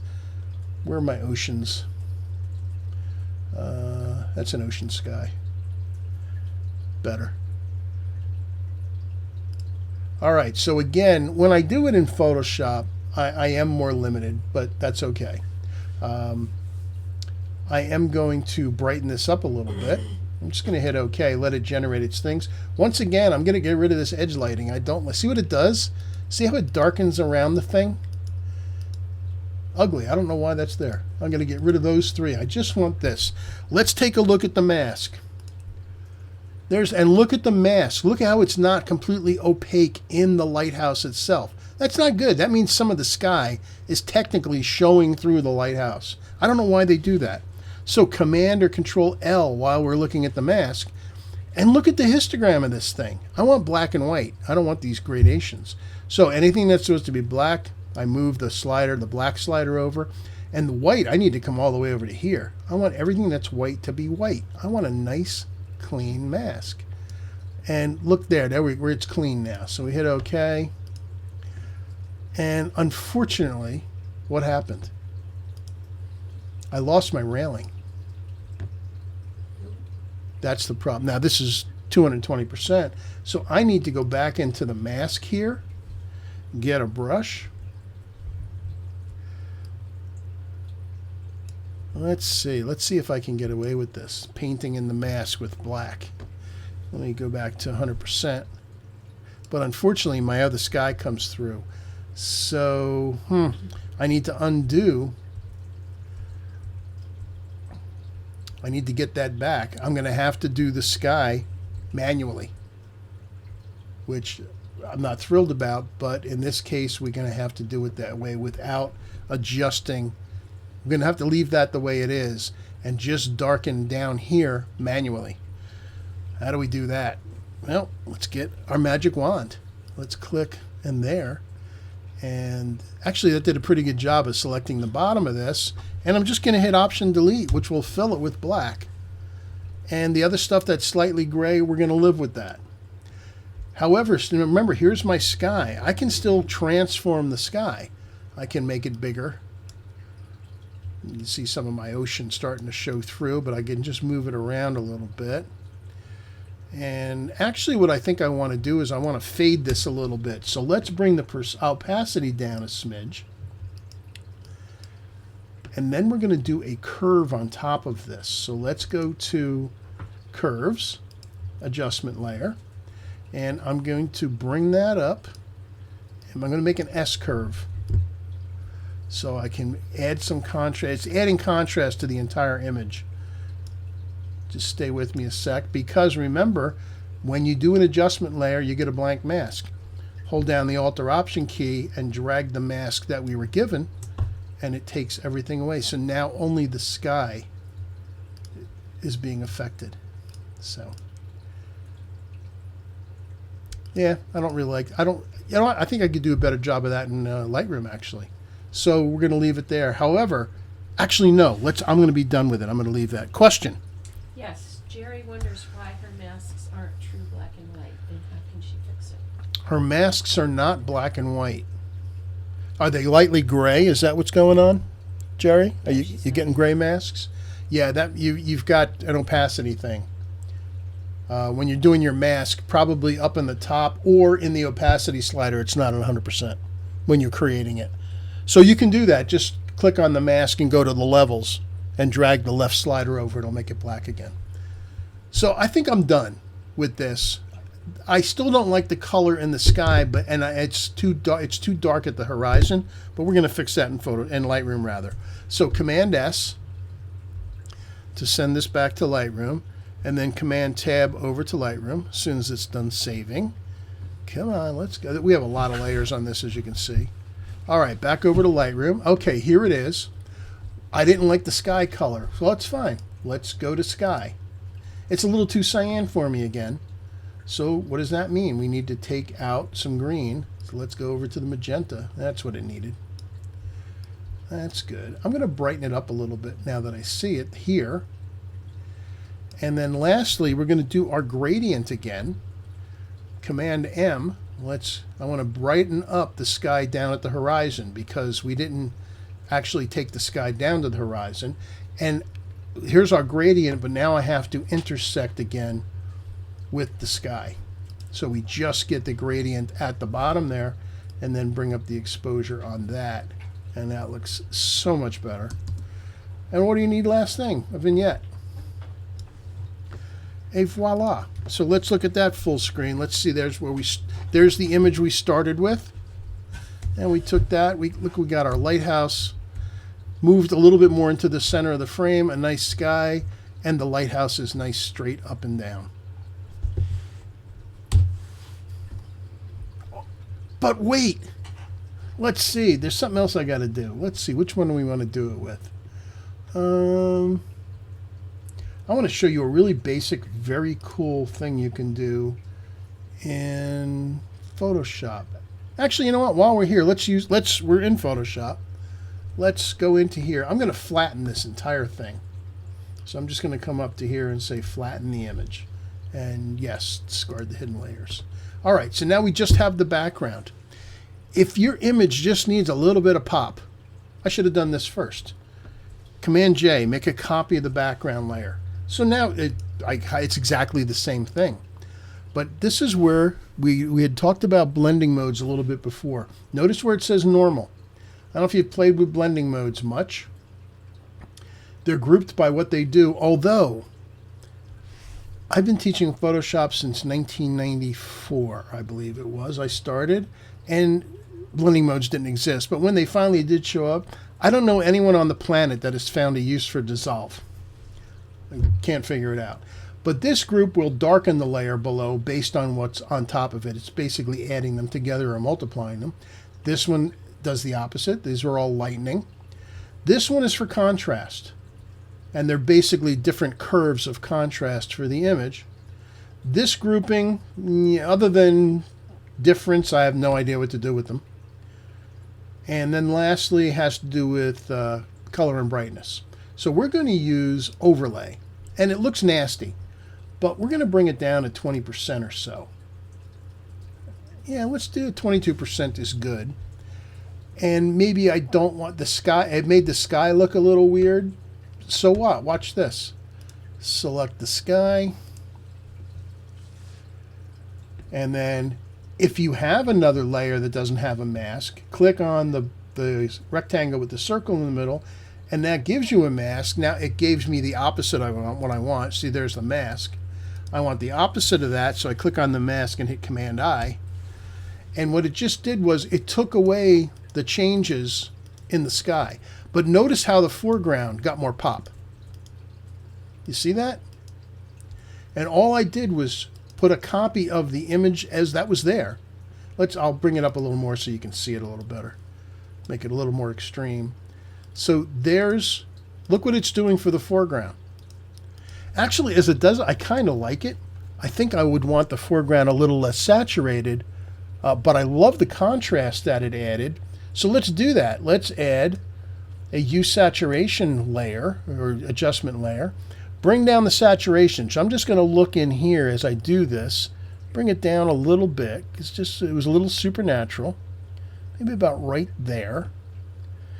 And I don't want to desaturate the sky because it's desaturating everything. Actually, I kind of like the sky desaturated too. Never mind. But if I didn't want to affect the sky, remember we have a mask for the foreground right here.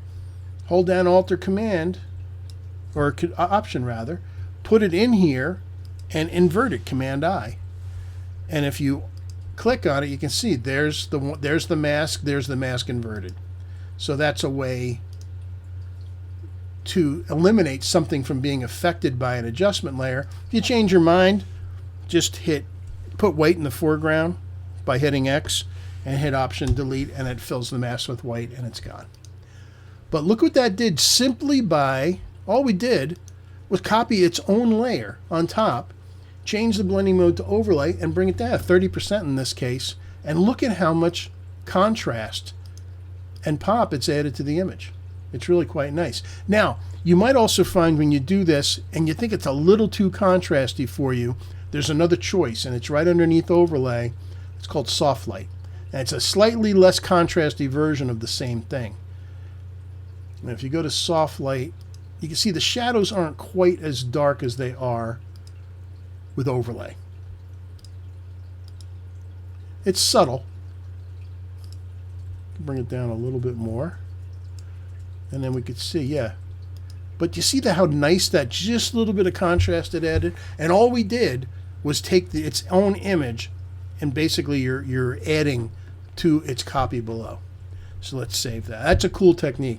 If you have an image that if you don't have Nik, if you don't have Viveza, and you want to add a little bit of pop immediately, that little trick of just duplicating the layer, changing the blending mode to soft light or overlay, and then bringing the opacity down between 20 and 30% will add a lovely bit of pop to all your images. All right, back to Lightroom. Where did we leave off? Let's see. How are we doing time? 8:50. Crapola. Sorry you had to hear that. All right. We're going to do a train. You guys know I'm into trains. I don't really care about the edit, although you would look at this and think there's no sky there. But look at the histogram. It's right up to the edge, but this little pointer up on top is not lit up, which means as bright as this looks, notice under the histogram as I go through here, 94, 95, 96, but that's as high as it goes. That means the data's all there. And all I did was do a selection for the sky and bring down the highlights, and guess what happened?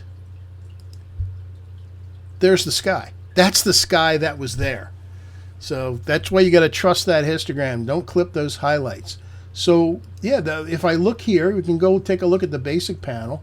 Here's all the sliders I do. It's basic stuff. Bring the highlights down, shadows up, little presence, some vibrance and saturation.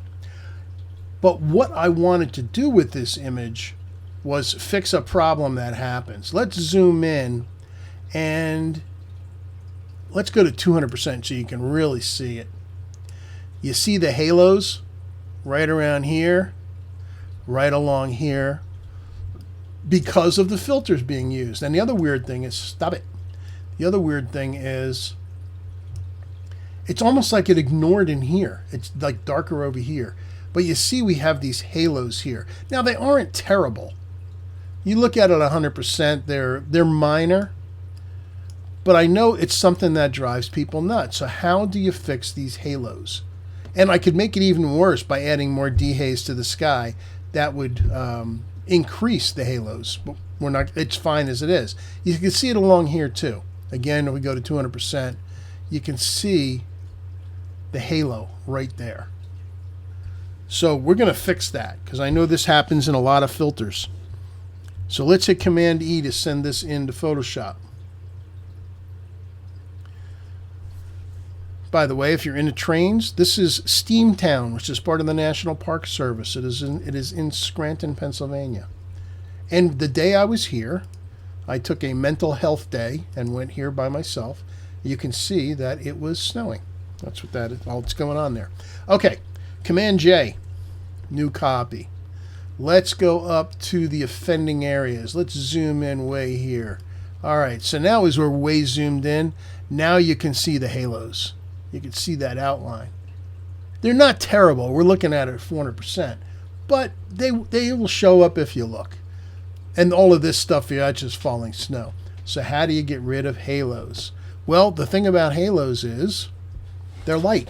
That's how it gives the impression of sharpening, by making the border between things that are light and dark brighter.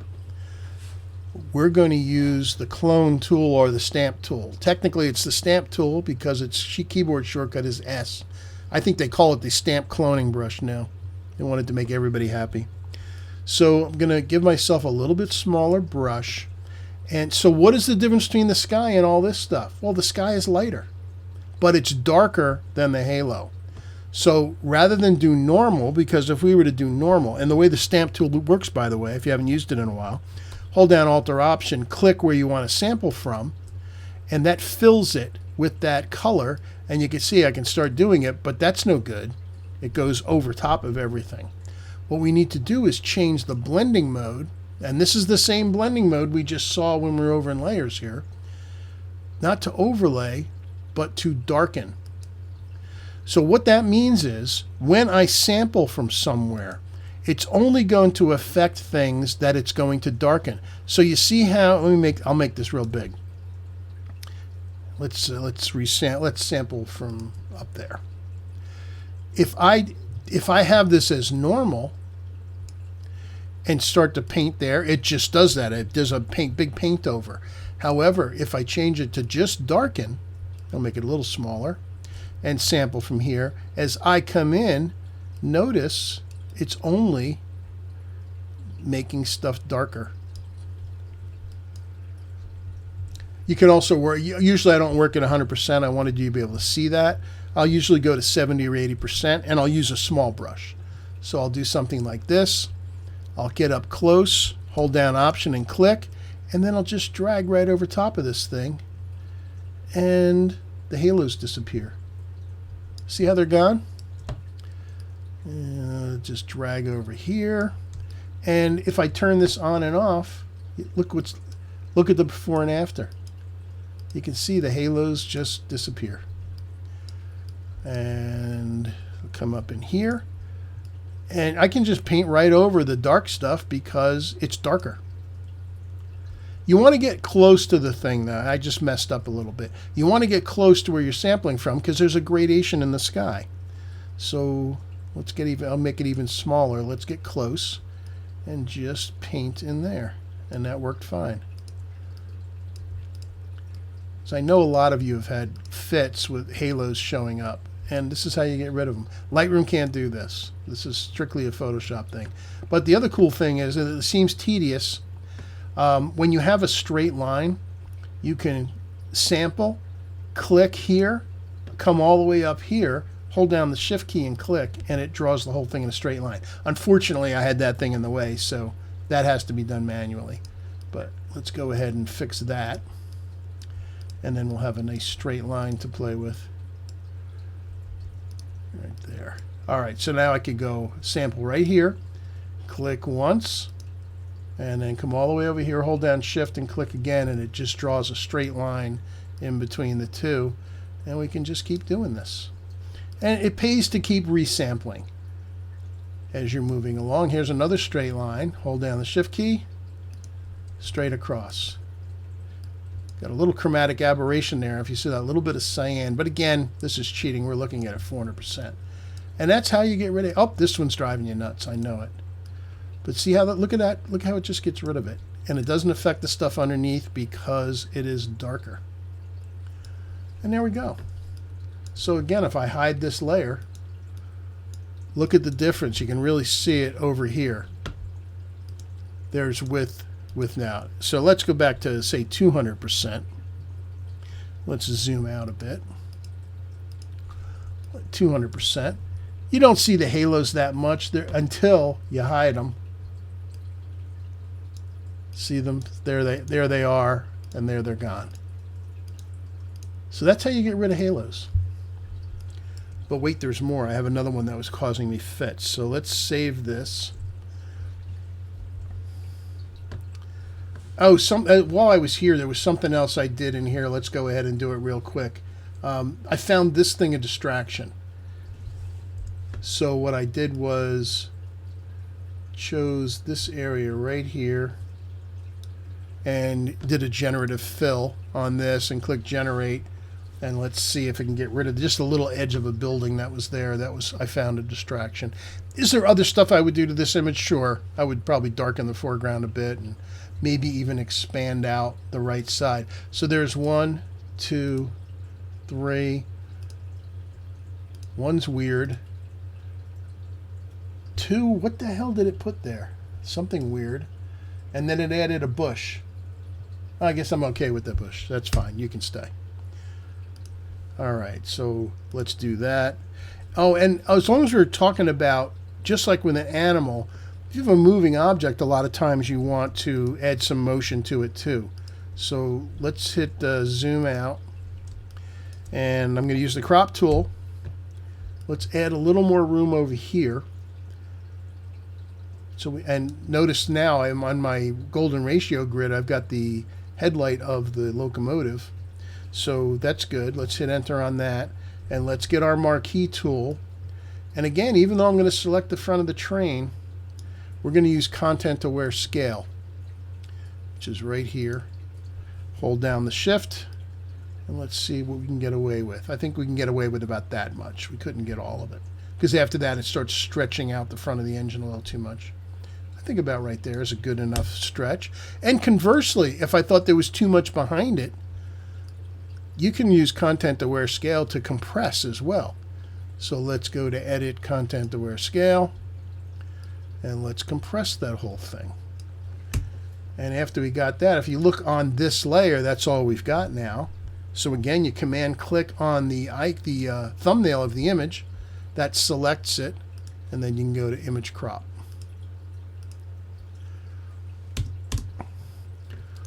Now, one other thing where we talked about Viveza for, there's an advantage to using Viveza in Photoshop, and that is, like anything else, you can do it it happens on a layer, and you can treat all the things that you can do on a layer. So let's go to filter, collection 8, there's Viveza. Let's see what this will maybe even make the sky a little more dramatic for us. Push the before after over. Let's add some structure to that. Ooh, I like it. Might even want to darken that a bit. Let's bring some saturation up, which is mostly going to be the yellows in the building. And does it need warmth? Let's see. Warmth, maybe on the bottom. Yeah, I think that's going to have to be done locally. So we'll just go with those two, and then we'll use our local adjustments. Let's choose the bottom here. I'm just going to make a big oval here. Let's warm this up a little bit. So bring the warmth slider over. Oh yeah, that's nice. And then Alt, our option to drag over to here. That's good. The other thing is this thing right here, I think is a little too warm because my eye is going to it. It's a little too bright. So let's get one of these for there. We'll spread it out so it hits the entire wall. Again, it doesn't matter it's hitting the train because it's only what's underneath that circle. Let's bring the warmth down on that to cool it off. And let's bring the brightness down just a little bit. Where's brightness? Here it is. Just now, and let's pull the saturation down some more too. Yeah, just so that it isn't something that draws the eye. Good. And while we're here, I think I want the sky a little darker. So let's go ahead in here. I'll give ourselves a nice big oval. And we're going to bring the brightness down on this thing. Brightness, click on there and bring it over. Yeah, it's better. And as you move it along, you can see it changes depending on what's underneath it. If I go to the dark parts, it makes that darker. I want to go over to the bright parts. The dark parts are dark enough. It's the light sections that I want to bring down a little bit. And again, hold down the Alt, and you can drag around and see if there's anywhere else you think it needs it. And yeah, I think just over there is good. Okay. And then we can hit apply. And we get to see what Viveza did again. We were gentle with it, but we went from there to there.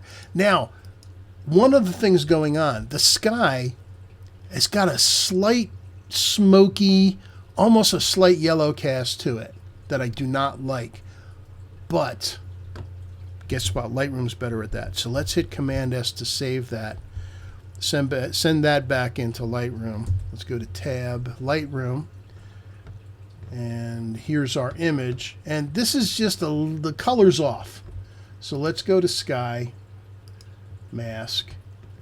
And I think it needs just a little blue. I think it needs, yeah. See, it's how it's kind of like dirty, smoky. Let's bring a little blue over in there. And as I look at it, this section here is still a little too blue for me. So we're going to hit K, put on Auto Mask. This area right here is just still a little too yellow for me. I don't care that I got the windows. That's okay. Just add a little blue. And I'm going to bring the whites down. There we go. It's weird. I think there's one little patch of blue sky right there. I think that has to go. We're going to have to use some generative fill on that. Even though it was there, it's got to go because it's a distraction. So let's just get that much, and let's see how Lightroom does with getting rid of that and making it blend in as a generative fill piece. 1, 2, 3. 1, 2, 3. I think 1. Yeah, that got rid of it. And what else does it need? Of course, you know what it needs. It needs its vignette. And again, you know, I'm enamored with this locomotive. For me, the finished image would be a little bit less sky, because by making this more of a kind of a panoramic feel, it creates more left to right motion. And turns out I didn't need quite as much on the right as I had. And there's my final. So just so you can see the path again, there's the raw file. There's the Lightroom edit. And there's what we just did with a combination of Viveza and Photoshop. So we got rid of the halos. We added some drama to the sky. All right, it's 9:05. You guys got time for one more? Am I keeping you past your bedtime? All right. She's still awake. Okay, I might do 2 more then. I'm fine going over. This one I picked up. I don't. The edit's not that important, and it's not that great an image. I put this in here because it's got some interesting problems that we haven't addressed yet. And this has the opposite of a halo. You see, this is an old image. Let me see, when was this? 2023? Okay, it wasn't that old. This was shot with a Fuji XS10, but because of the exposure and how dark it was, this camera did not have quite the tonal range that today's cameras have, and it gave us a negative halo. You see that dark border around here? That's really annoying. Lightroom cannot get rid of that, but it's a tricky thing to get rid of. And we got to go into Photoshop for this, so let's send it into Photoshop. I just hit Command E, and all right, here's the image in Photoshop. So again, I'm going to Command J. And let's go up to where the problems are. Basically, actually, it's really bad at the bottom of the arch. Look at it. Look at that. That's horrific. That's so bad. How do we get rid of this? Let's select the sky and see what it comes up with. Let's see if it can get us close. Well, that was pretty lousy. I think we're going to have to use the magic wand. Let's deselect that, Command D. Let's try magic wand in this area here. That's better. And you can see what it misplaces because we're on 32, which is the default. But again, hold down Shift and it turns any of the tools into a plus. All right. So it gave us a nice bit, but it's not enough. We still have this blue line here.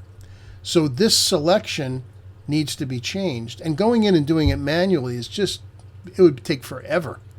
However, there's a tool in here under Select Modify called Expand. And if I do 3 pixels of expanding this, notice the line now, the selection is over top of that blue line. So we're going to use the same stamp tool, the same clone brush.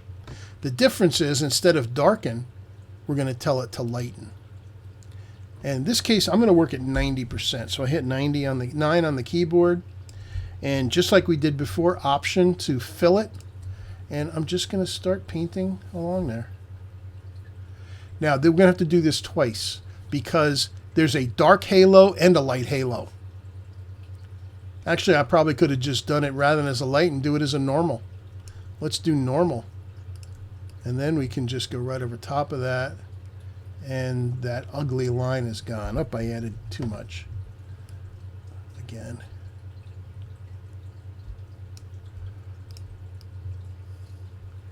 So that's how you can get rid of this nasty dark stuff. And again, we're working at 400%. So don't get hung up if something is a little bit off, because when we look at it at 100%, which is Command 0, it's gone. So we turn this on and off. See that? Even let's look at it. Let's look at it on 100%. There's 100%. There's before. Look at that. That is ugly, and that's going to show up in a print. We just got rid of it by doing that. Same thing. It would be the same exact thing up here. If we come up to here, it's got it here again. Let's magic wand the sky. A little bit better. It actually went into that blue a little bit, but we need a little bit more of an expand, maybe 1 or 2 pixels. Let's just try 1 pixel. So we go to Select, Modify, Expand. Let's do 2 pixels. Yeah, that's better. Again, this is 300%. Again, Option. Let's see if we can just get away with normal. And again, yeah, look at that. And that's pretty straight line too. So just like we did before, hold down Option, click, come down to another part that's in a straight line, hold down Shift and click, and the whole thing's gone. Or you can just drag along. But since we have it selected, we've protected the image underneath. Oh, except for I lost this part, so let's just put that back. I probably should have gone to 80 or 70%, but you get the idea. But again, look at the before or after. Yes, it eats away a little bit of the image. I could have probably gotten away with 1%, 1 pixel on that. But again, let's look at it at 100%. And at 100% you can't tell. But if I turn it on and off, you can see that thing is gone. Particularly underneath the arch where it was a dramatic. So that's a rare problem nowadays that you get the dark halos. But if they happen, that's how you get it. You use the magic wand and the expand tool. Let's finish up with something fun. Yeah, let's do this one.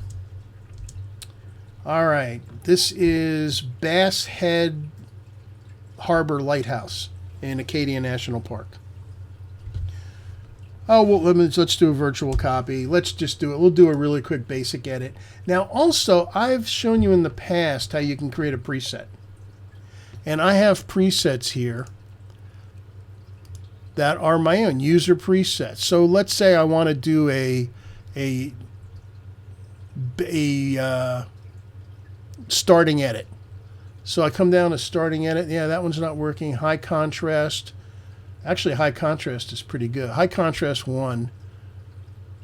Look at that. And how do you create those? It's simple. You make your adjustments. Well, in fact, let's change these adjustments. It's a little contrasty. Let's bring the dehaze down, the clarity. The shadows are already open up all the way. Actually bring the contrast down. And then I'm going to add a little more saturation. So let's say I like that as a default starting point. I could even say, hey, this is my preset for starting out on my main images. So if you want to create a new preset, click on preset. I'll call it main trip starting point. That doesn't matter. And you tell it which settings you want to use. Well, I want to use all of them. So you just click on create. And now anytime I go to an image, it will use those. Now, this will be weird, but let's go back to our Steam engine and let's look at the main trip starting point. And yeah, complete fail, but you just see it automatically applies those things. Let's see, let's see if this one works, this Yellowstone shot. Yeah, it's a little overly done, but you get the idea. That's how easy it is to create a preset. So here we are in Portland Headlight. Pretty good. What are the problems? Before you start an edit, when you want to add this finishing touch and pop, look at the image. Where are the problems? What's the subject? Well, it's the lighthouse, and it's kind of dingy. These rocks are overpowering it. The watercolor is a little bit purple. I don't like the color of the sky either. But since the lighthouse is the most important thing, let's take a look and see if Lightroom can figure out that that's the subject. And it kind of did, but not much. So we have to click on add and get a brush. Auto mask is on. So let's get the rest of the lighthouse. And let's bring this thing up. Let's bring the exposure up. There we go. That wasn't so hard, was it? Now, one thing about the shadow side, I think I might want to warm those up. So let's hit K again. Whoops. I said let's hit K. There we go. I want to get the side there and maybe a little bit over here. I just want to warm that up a little bit, so I'm going to add a little yellow into that. Just makes it look, it's getting sunsetty. So let's bring that over. And to add a little more contrast and three-dimensionality to this thing, let's bring down the exposure of those sides. And while we're at it, let's get some clarity in there. Yeah, that looks good. Okay. What else? All right, these rocks, these are pretty good. They're a little desaturated and they're a little highlighty. Let's get a brush again and come across this. Let's add a little warmth to those. Oh, that's it. That was the answer. Now, conversely, these are a little yellow too. They may have been, but I don't care because I want to create a sense of depth and attraction. So I'm going to get the tops of these that look a little yellow because I want to separate them out from the yellow rocks. getting the light areas, and we're going to make these a little bluer. And notice, look at how by adjusting just a little bit, I just want to take out the warmth of it. It creates these distinct layers that lead you up. Now let's see if it can figure out water. Let's see if I go to the create a new and go to the landscape choice, if it can see what water is. That's a pretty tough call, actually, if you think about it, because there's not a lot to go by. So let's see, water. Son of a gun. That's impressive. All right, so we found the water. I'm going to bring up the exposure a little bit, make it a little bit bluer. It's lovely. And open up the shadows a smidge. And then lastly, the sky. I thought the sky was off. So let's new mask, select the sky. And let's add a little blue to it. Yeah. Really, trees and everything are fine. We could do a little bit of light painting. Let's do that. Let's get a brush. And that, I thought that was a little dark. I'm looking at things that are maybe a little too dark. So let's just bring up some light in those trees. It's a little too dark down here. And let's just bring up the exposure a smidge on those. And as I look at it, I think the lighthouse still needs a little bit more life to it. Let's get that lighthouse, especially the bright edge of it. Picked up a little bit of sky there. So you can just click on subtract sky. And then bring up the exposure a little more. Add some contrast. All right. I think this is ready. I think this could use some separation of the clouds using Viveza. So now let's go to Photo, Edit in Viveza. And yes, we want the adjustments.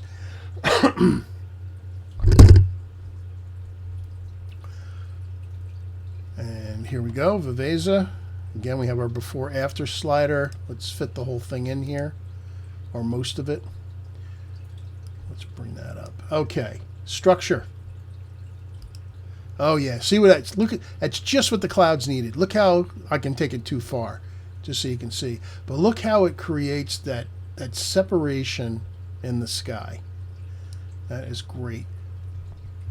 I think I might want to warm that up a little bit too. Is there anything else I want to do to this besides the structure? Shadows are good. Maybe a little warmth. Let's try the warmth slider just a little bit. Yes. We'll just go 8%. And I think it's time for, let's bring this in and see if we can do something about the sky color. And I think it needs a little warmth or a little red. Nope, that wasn't the answer. Let's add some blue. That's what it needed. Okay. Need a little bit more blue in there. And let's look at the before after. There's, what did we do? And it's a subtle thing, but again, look what the sky just did. Look how it got cleaner. It has that last little bit, and it picked it up since we were dealing with blues. It all picked it up in there too. It just adds that little bit of life. I can't say enough good stuff about Viveza, although I would say that out of the 100 things it can do, you need 5 of them. There's really much more in there than you need. Let's see, where's my edit? Here's the edit. And is there anything else I wanted to do? I would want to do in here. This, I admit, this cloud here, is this bothering anybody else? It's bothering me a little bit. Let's just see what happens if we get rid of it. You still use the generative fill on that. Only because it bothers me because it's drawing my eye. And it's not where I want you to go. So let's see if the generative remove will fix how I'm feeling about that cloud. 1, 2, 3, 1, 2. I think 2 might be enough. I think 2 does what I want. As I zoom into this is still a little dark for me. So I'm going to get a brush and just select in there and bring up the exposure a smidge. Yeah, that's all I needed. Just to take it, just so that my eye doesn't want to go there. That's all it needed. All right.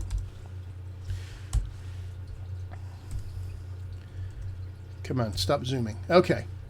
And that actually ends up turning out to be really a lovely shot. And once again, we'll take a look at the progression. Let's go to full screen. That's the raw file, but that is the most perfect exposure that we could have gotten for this scene because the clouds needed to be protected. Shadows are easy to bring back, as you saw, because right in Lightroom, we took it to there, and that was just using sliders mostly. But then we finished it off by sending it into Viveza to just add that little bit of clarity and cleanliness that brought it to there. And it's subtle, but look up in here. Look at the top of the clouds and look at the definition. And come on, you have to admit that this cloud that was bothering me, now that you see it, tell me that's not bothering you too. It's bothering you, I can tell. So, had to go. Because it was a distraction. That's why. Now, we didn't do a vignette on this. That would always be my last thing. Oh, I'm going to show you one more thing. One little quick thing. Let's do our vignette. To even further help you get up to the lighthouse, we haven't used a radial gradient, Shift M. Let's do a Shift M and do a nice big radial gradient up the middle, and I'm going to angle it this way. Just like there. And I need to subtract the sky from this. I don't want the sky in there. So we go to subtract the sky. Yeah, that's all I wanted. And then I'm just going to bring up the exposure a little bit. Just a little. Ever so slightly. And you might not even think I didn't do anything. But look at, here's the mask. Watch what happens when I turn it off, when I hide it. Look at the before and after. Look at how it redirects you. There's off, there's on. Wax on, wax off. Look at how it directs you to the subject once more. And we end up with that. And by the way, if you were curious, I got soaked when I took this shot. The tide was rising and you're standing, you have to climb down to get on these rocks. It's actually an interesting place to try to get to. And I got soaked, but I got this shot out of it, so it made it all worthwhile. But did your camera get wet? My camera was fine. That's all that mattered. You're right. So, wow, what time is it? 9:22. All right, I think we can call it. I do have some images left over that I did not get to. So you know what? I think I'll use them for next week's photography kitchen. I have a couple that I did not use that are worthwhile finishing off as well. So we'll do that in photography kitchen. So that is it for me, guys. Did you have fun? Did you see some cool stuff in there? I got some questions. Don has a question. Yeah. Can we send you our photos to edit? Oh, good question. Can you send me your photos to edit? The answer is yes. I would be happy to get photos from you guys. The only thing I ask is to get me raw files rather than a JPEG if at all possible. I can edit a JPEG, but it limits. So what you can use is, I don't know, a transfer, what do you use for transferring files? We use Dropbox, but WeTransfer is another one. WeTransfer. Yeah, WeTransfer gives you a whole bunch of free transfers. So yeah. WeTransfer has cut back considerably on how much volume they'll give you for free. So for my clients, I switched over to something based in England called Transfer Now. Transfer Now, okay. Transfer Now, and you can still send a huge amount. Okay. Frequently, where WeTransfer is really throttled back. Okay. Well, again, for you guys, I'm just asking for 1 or 2 images. We're not, don't send me 20 images. Send me 1 or 2 that you want to see edited. So Transfer Now, WeTransfer. I think WeTransfer is fine for you're just going to do 1 or 2 things. Or if you have Dropbox. Or if you have Dropbox, you can use that. But yeah, check into those. Yes, so yes, I always welcome to get your guys' images so that we can do edits with those. Always looking for new stuff, a different take. All right, so anything else? Any other questions? Nope. All right. I hope you guys had fun. I hope you enjoyed that. I enjoyed it a lot sharing with you. I think we saw some really cool stuff, and we're able to go much deeper than we ever do in like our photography kitchen classes, because we were assuming that you knew how to do basic edits, kind of blowing through that stuff in order to get to that last 5 to 10% that just takes the images over the top. So I will say goodnight. I will have the recording of this. What is today? It's Wednesday. I'll try to have it edited and up before the weekend. Can't guarantee it. Definitely by Monday. All right. So yeah, and then it's going to be busy because we start traveling again next week, and a handful of the group who's here tonight is going to be joining me in Iceland next weekend. So until then, we got Photography Kitchen next Wednesday. Hope to see some of you there. And I thank you so much for joining me, and I hope you had a good time. So I will say goodnight, and I look forward to seeing you online again soon. Till next time, be well. Thanks, Joe. Hey, thanks, Joe. Good night, everyone.